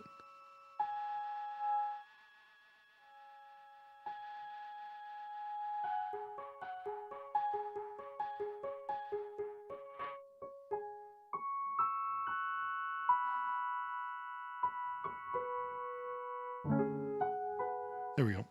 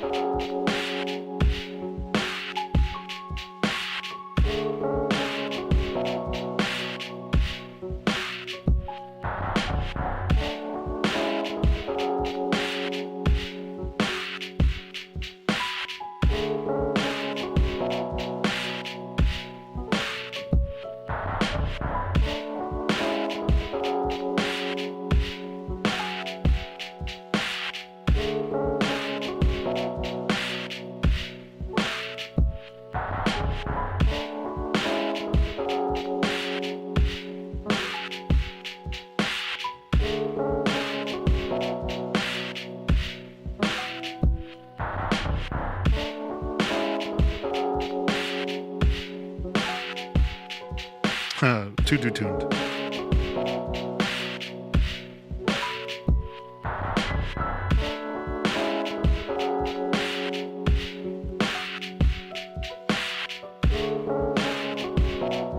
Oh, that's cool.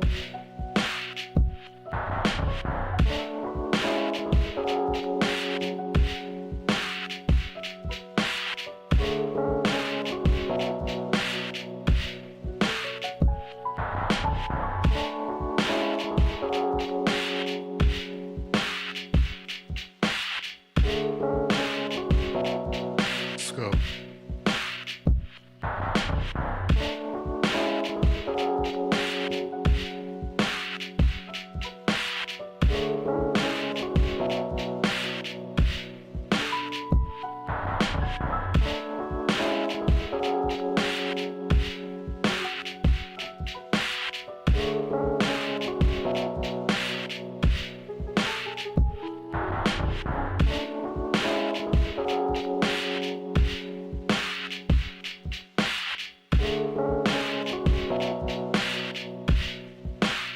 Again.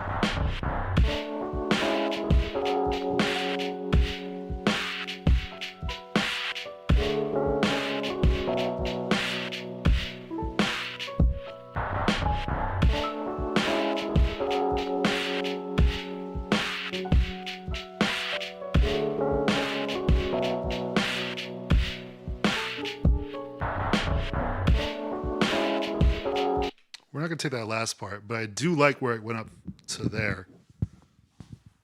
It gives it like a heaviness.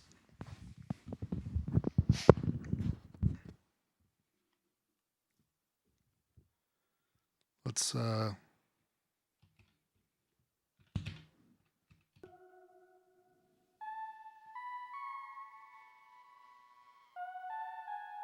motherfucker, really?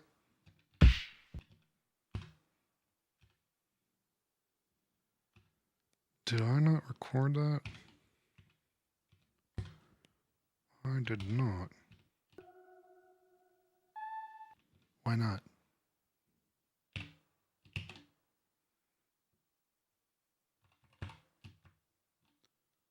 Oh. Son of a bitch. I was recording the other input. That's why.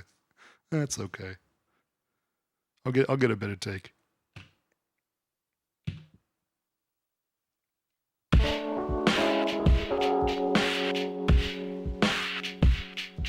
It's all off feel. I don't think about any of this shit.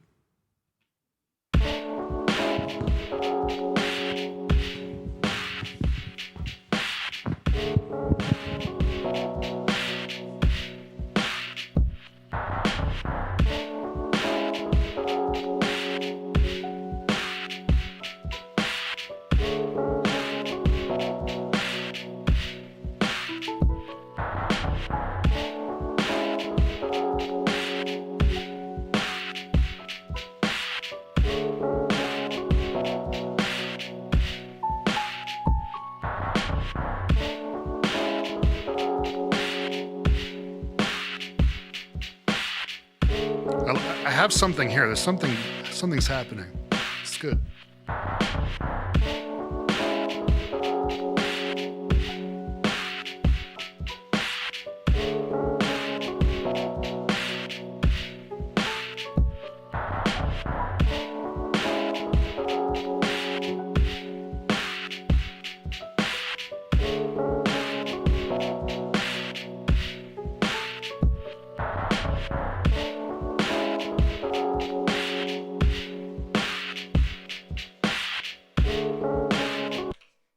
I think that works. I don't know, man. I'm of the school of thought where if you listen to enough music, you can just do music. I mean, it's probably like overly reductive, but it's not untrue. You know, you become familiar enough.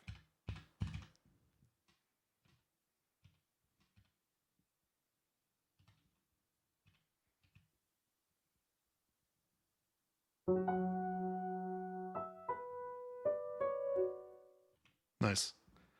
And we're just going to save that. I'm not even gonna name it. Huh.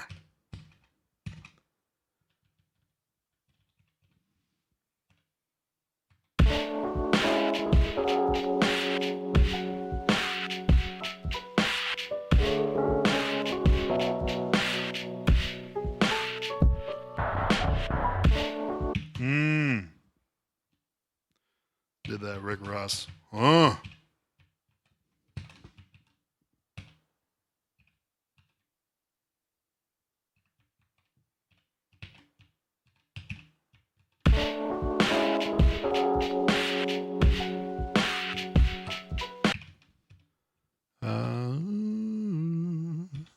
Let me just say real quick so I don't have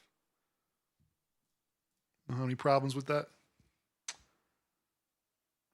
How about PMO? Is that an artist?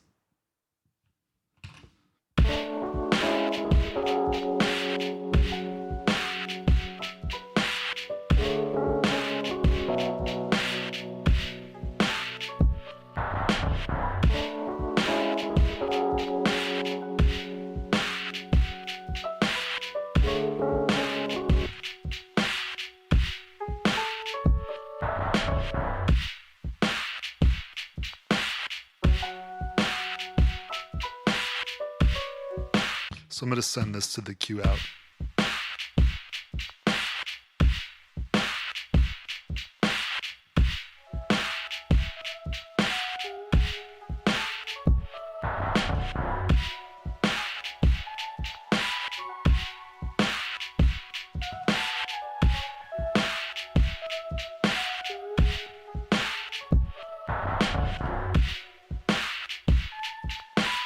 Wait, where the hell is this other thing coming from?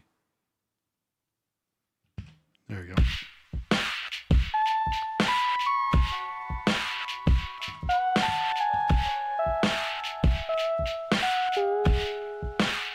Wait a minute. What the hell's going on here?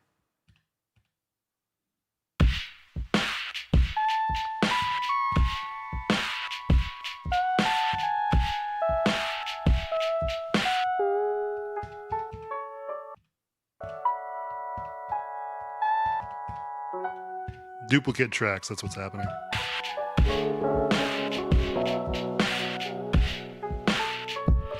So let's find a good space for this.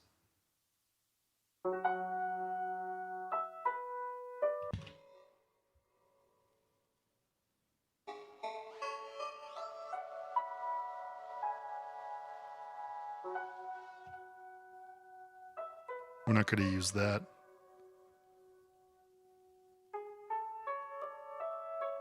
We're not going to use that either. We're actually just going to use the drive, the distortion.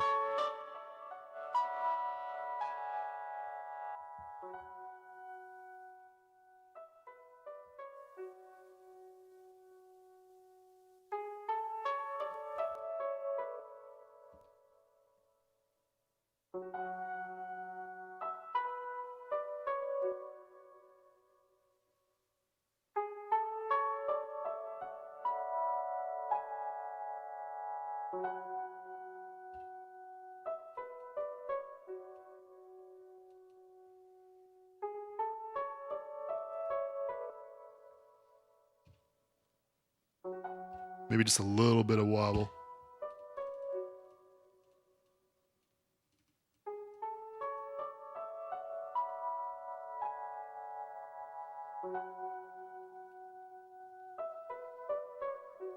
Nice.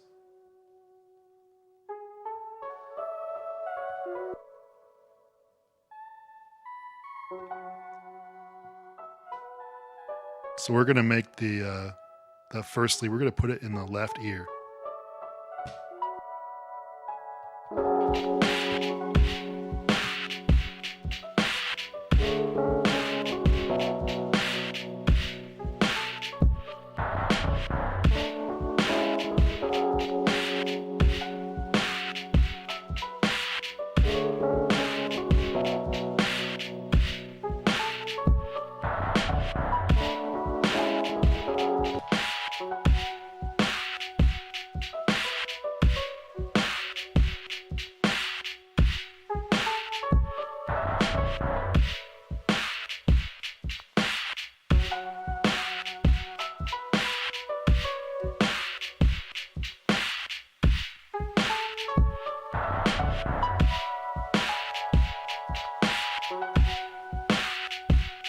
Sick.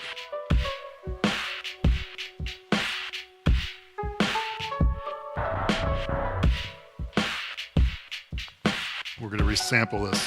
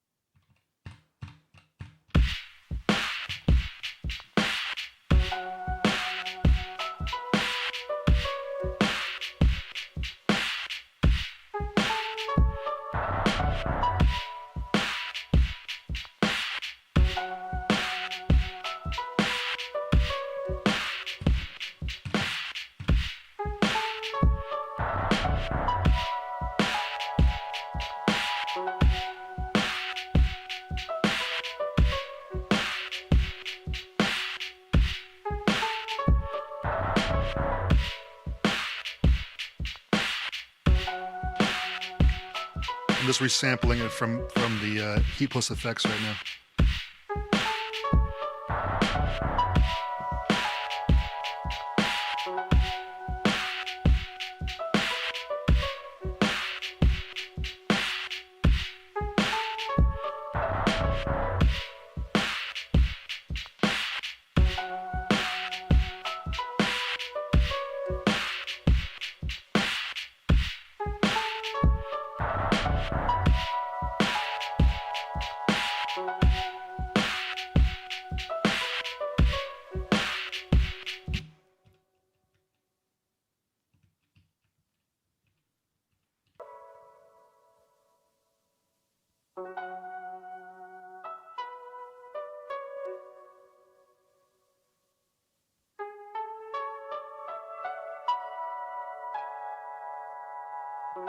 Sweet.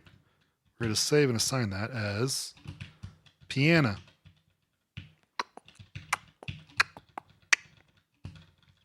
By the way, this is what happens when Schnoodle isn't here to edit my sessions.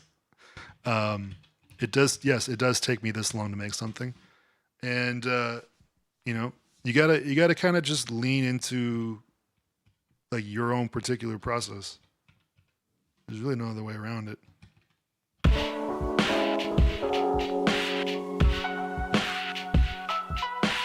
Whoa.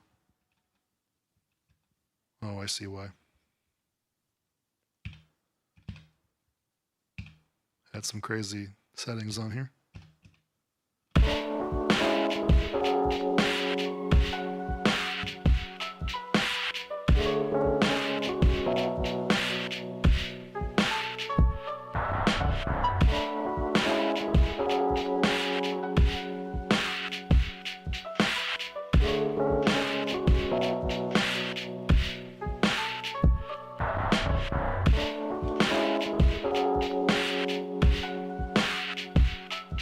So if I want to have the other, remember those drums that had the tambourine? Like, well, where are those go? All I gotta do is just switch over to drums 2.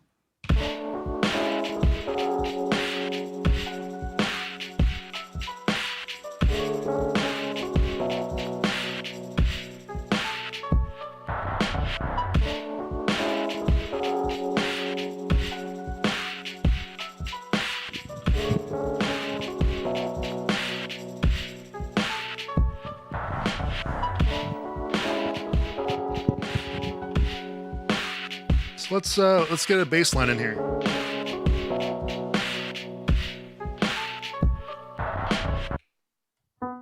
And we're actually going to record something from the Roland Integra 7, which is like a Roland soundbox. Has like 6,000 different presets from Roland's entire history. There's some good stuff in there.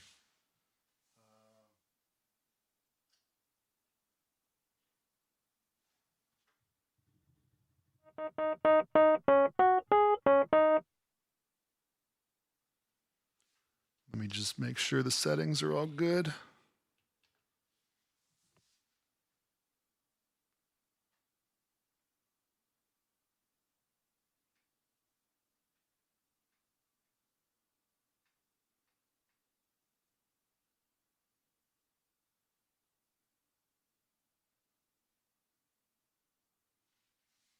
Let's get a bass.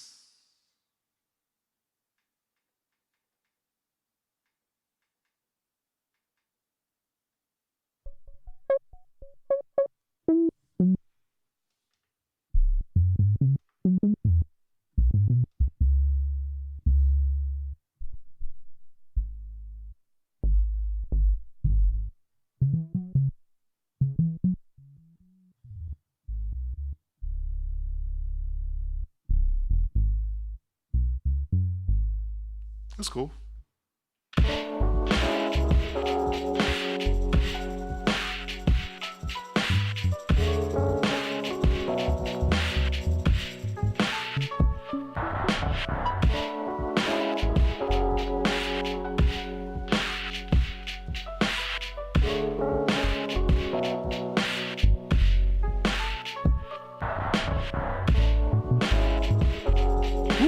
Ooh, there you go.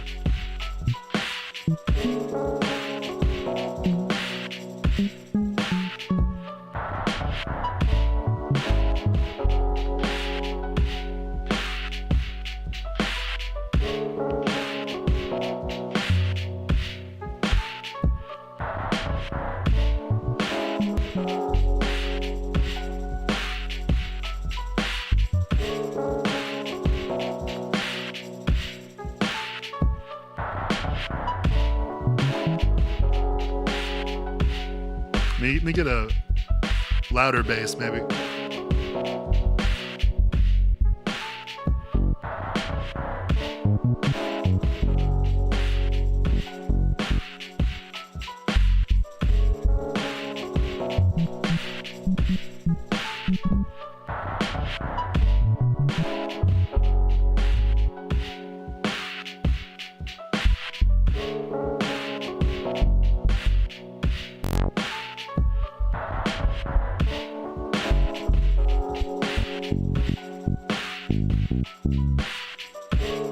That's cool.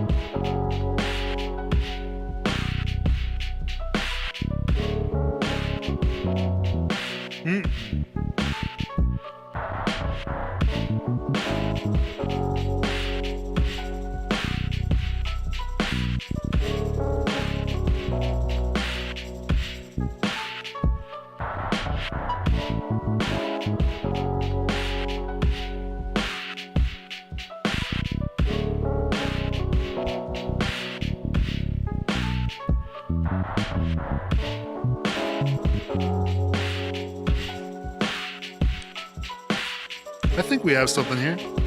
It's like a few different ones.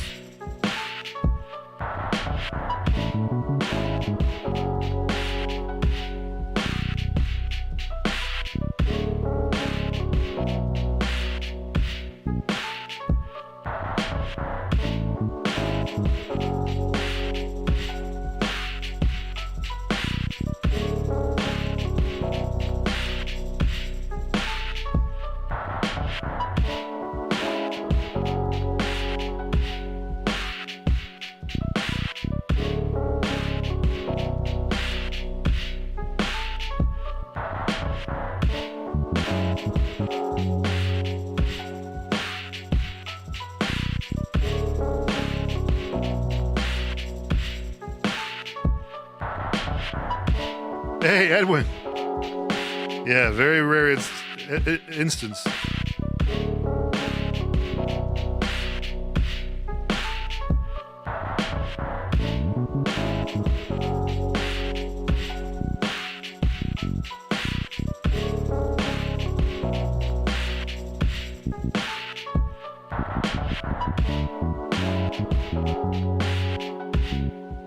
Or something like that.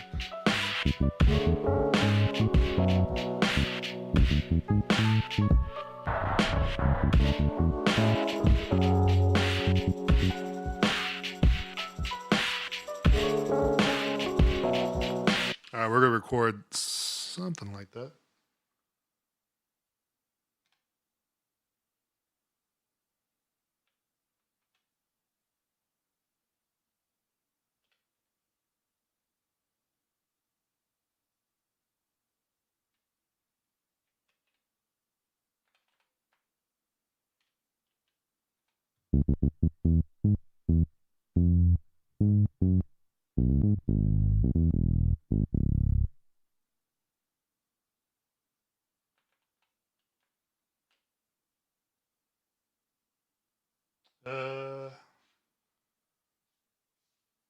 Just trying to think about this shit.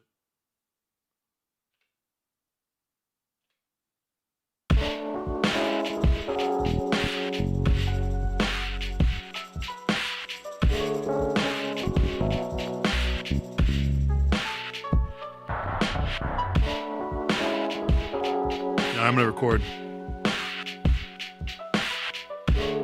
just like a few bass lines, just a few iterations.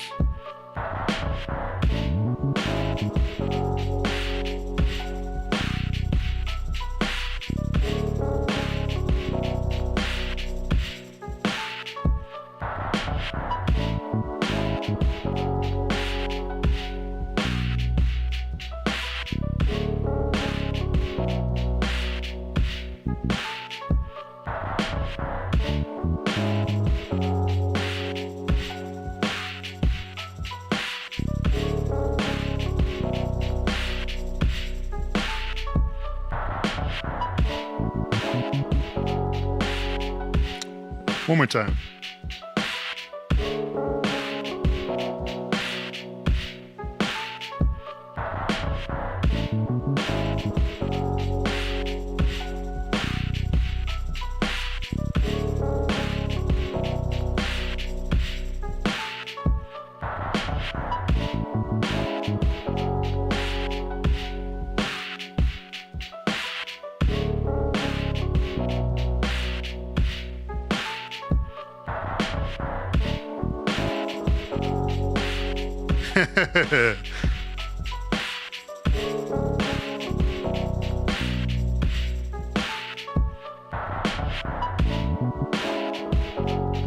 Ugh.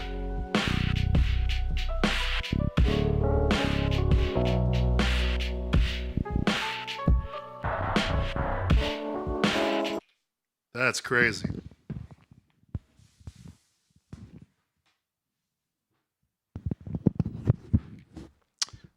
Glad I caught you. Glad you're here, man. So nice to have my buddy here. Everyone say hi to Zero. I think I recorded that to recording 2.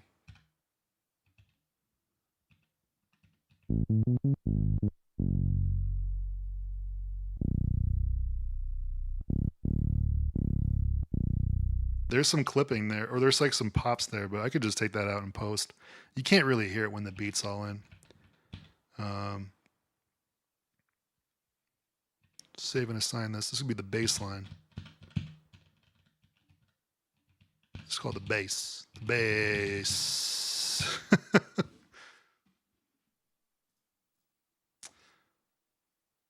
Smash that like button. What do you have on your SM58? This is actually a beta 58A. I'm just kidding. I have it going through this digital mixer behind me, and it's got like a compressor on there, and it's got a de-esser. It has like a, you know, it's made for live. So like this is, I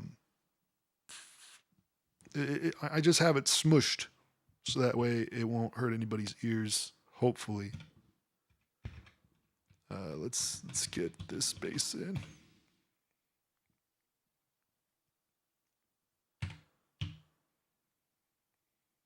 And because that bass line is 4 patterns long, I need to copy and paste this.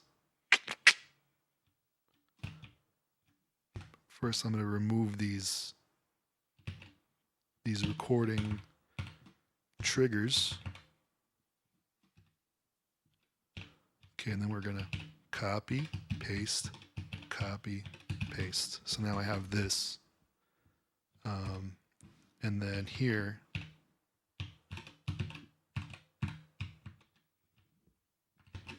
the bass should be playing.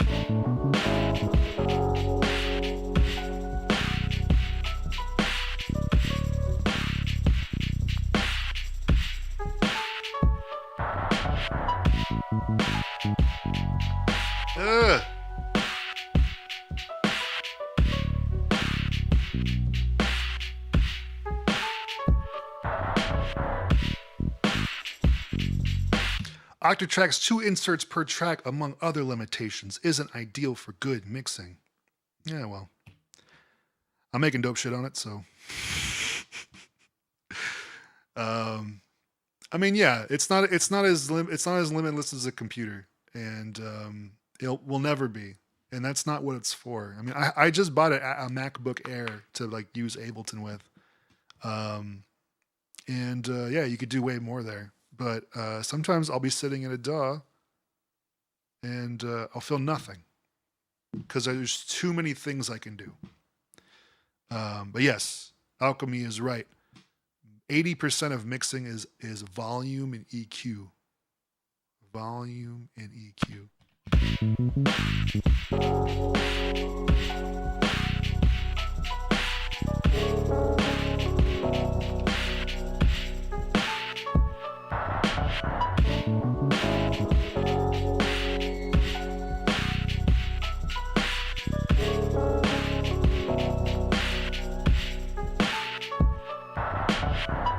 This shit is crazy.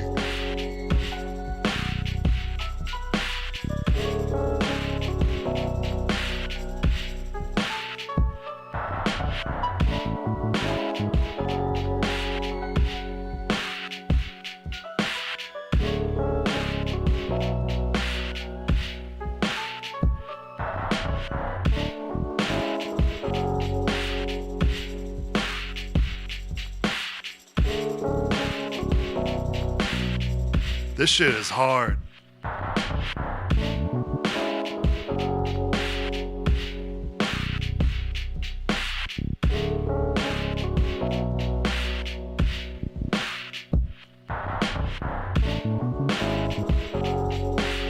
Sick, man.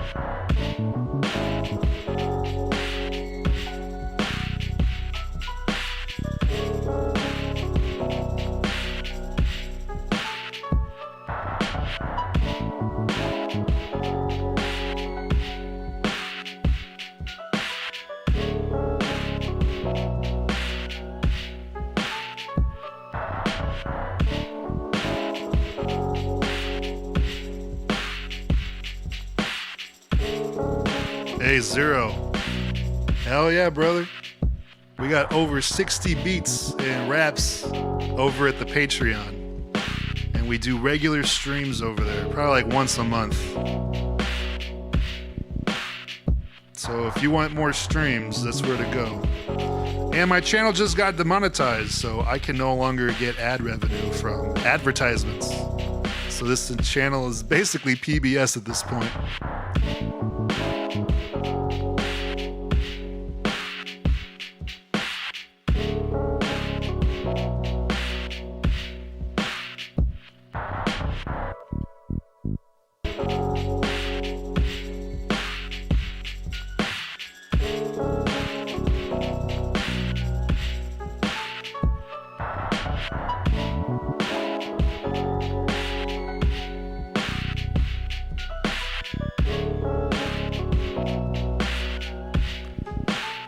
Bro, I don't know, man. I don't know why they demonetized me. I'm very careful about what videos I choose to monetize, so it's not like I was throwing up some crazy samples and like trying to get money off of it. The sample videos that I have are all demonetized, or I never monetized them, so they couldn't be demonetized. So I don't know. I appealed it. I sent them a video actually explaining the situation, so we'll see what's up. If not, it's all good. Whatever, man. That just means that I can just do I can just sample whatever the hell I want without any repercussions. I don't know if that's true, but that's what I'll do.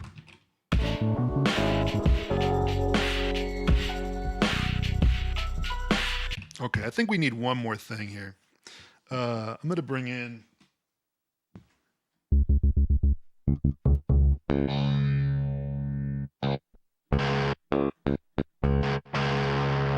Ooh, maybe a distorted guitar.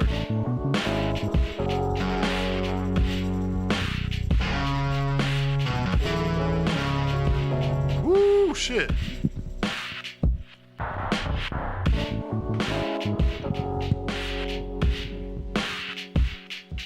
Do you stream via YouTube on your Patreon? Yeah, I just have them unlisted, and then send a message to everybody.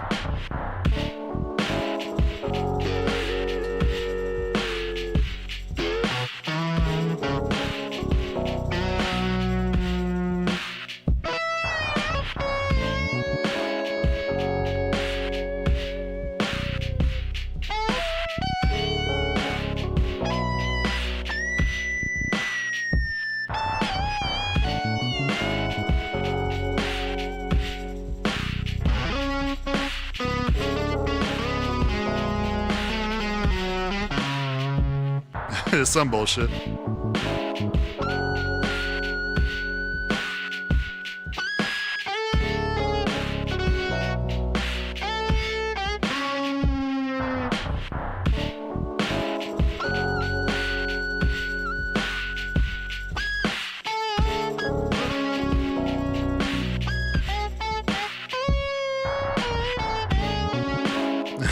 Maybe not this. Something like this, though. That's cool.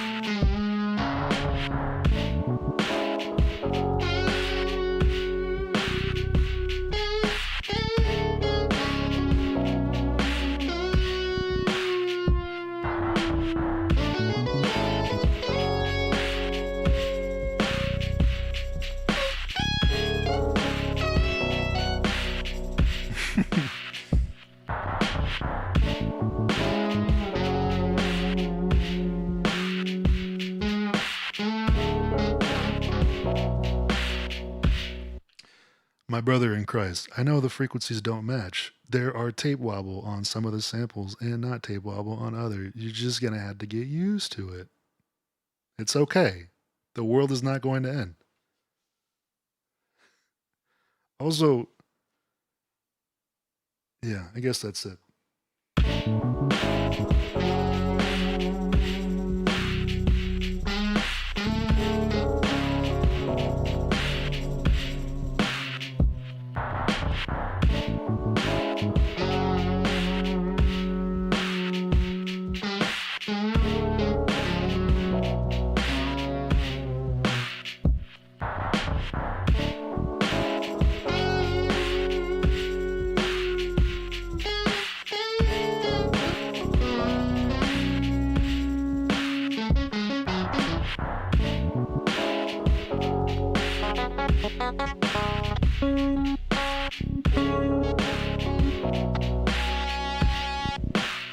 Okay, this is better.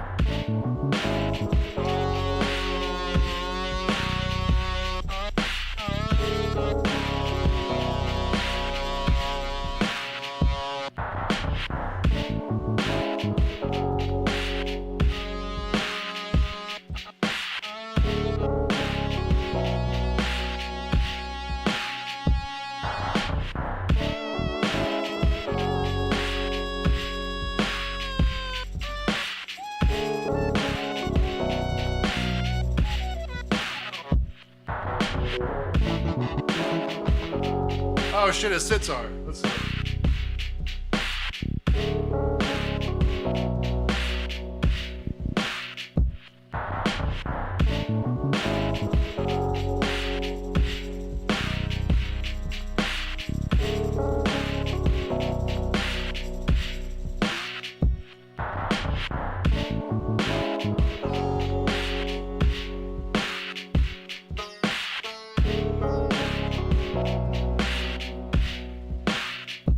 Hey, it's easy. What's good, bro?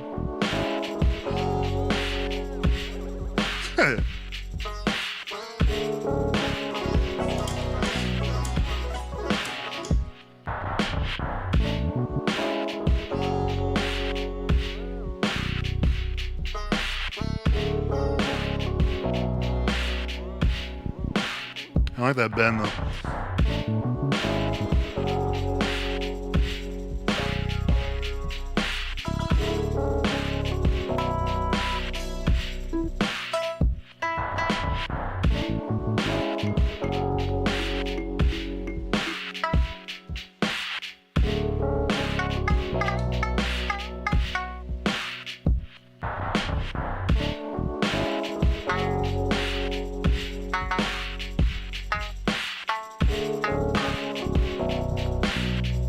That's fire.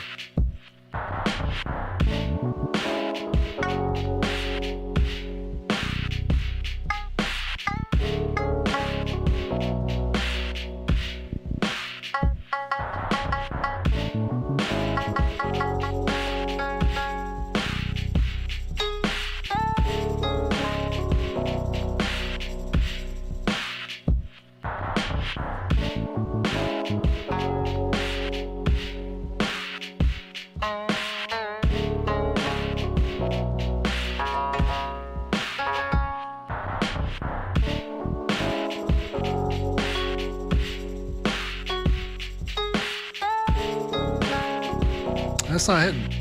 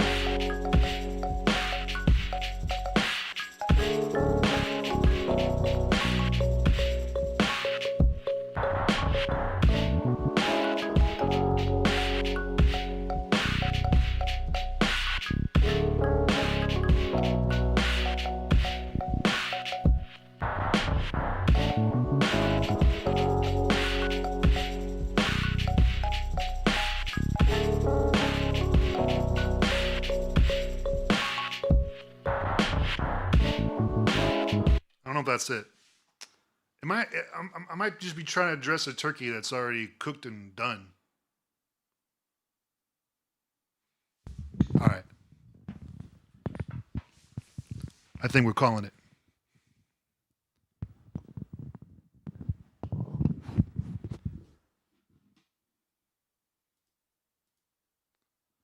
Let's go.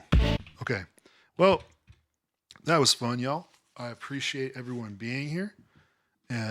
Everyone with their lovely commentary and keeping things a little to the left. It's all good, man. It's a free world. That's not true. Anyway, all right. Let's wrap this up. I'm just gonna play this out and then we'll get going. Thank you so much for being here, and I'll see you guys next time. I think next week we're gonna have a video. Put a bow tie on that turkey. You betcha.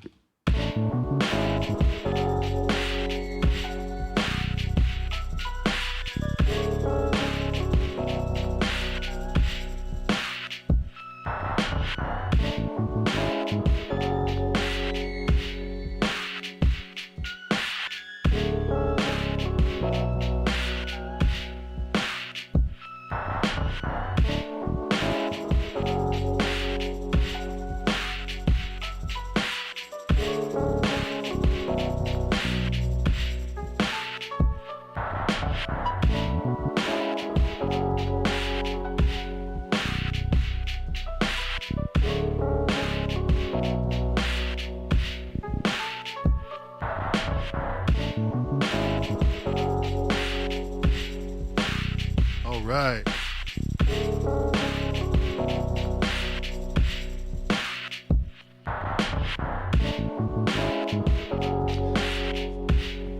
If you want to hear this beat and other beats on the channel, you can join the Patreon. Somebody linked the Patreon in the chat. That's where you can find all the beats. And I also do more regular streaming over there. Probably like once a month. And somebody asked if I offer lessons outside of Patreon. No, I made very clear boundaries for myself when offering that. Right now, there's 8 seats, and you know that gives me enough time to do that while at the same time have enough time for everything else in my life. And I want to give the most of my attention to those 8 people at a time. So just you know, wait for a seat to open up or something like that. Other than that, thank you so much, and I'll see you next week.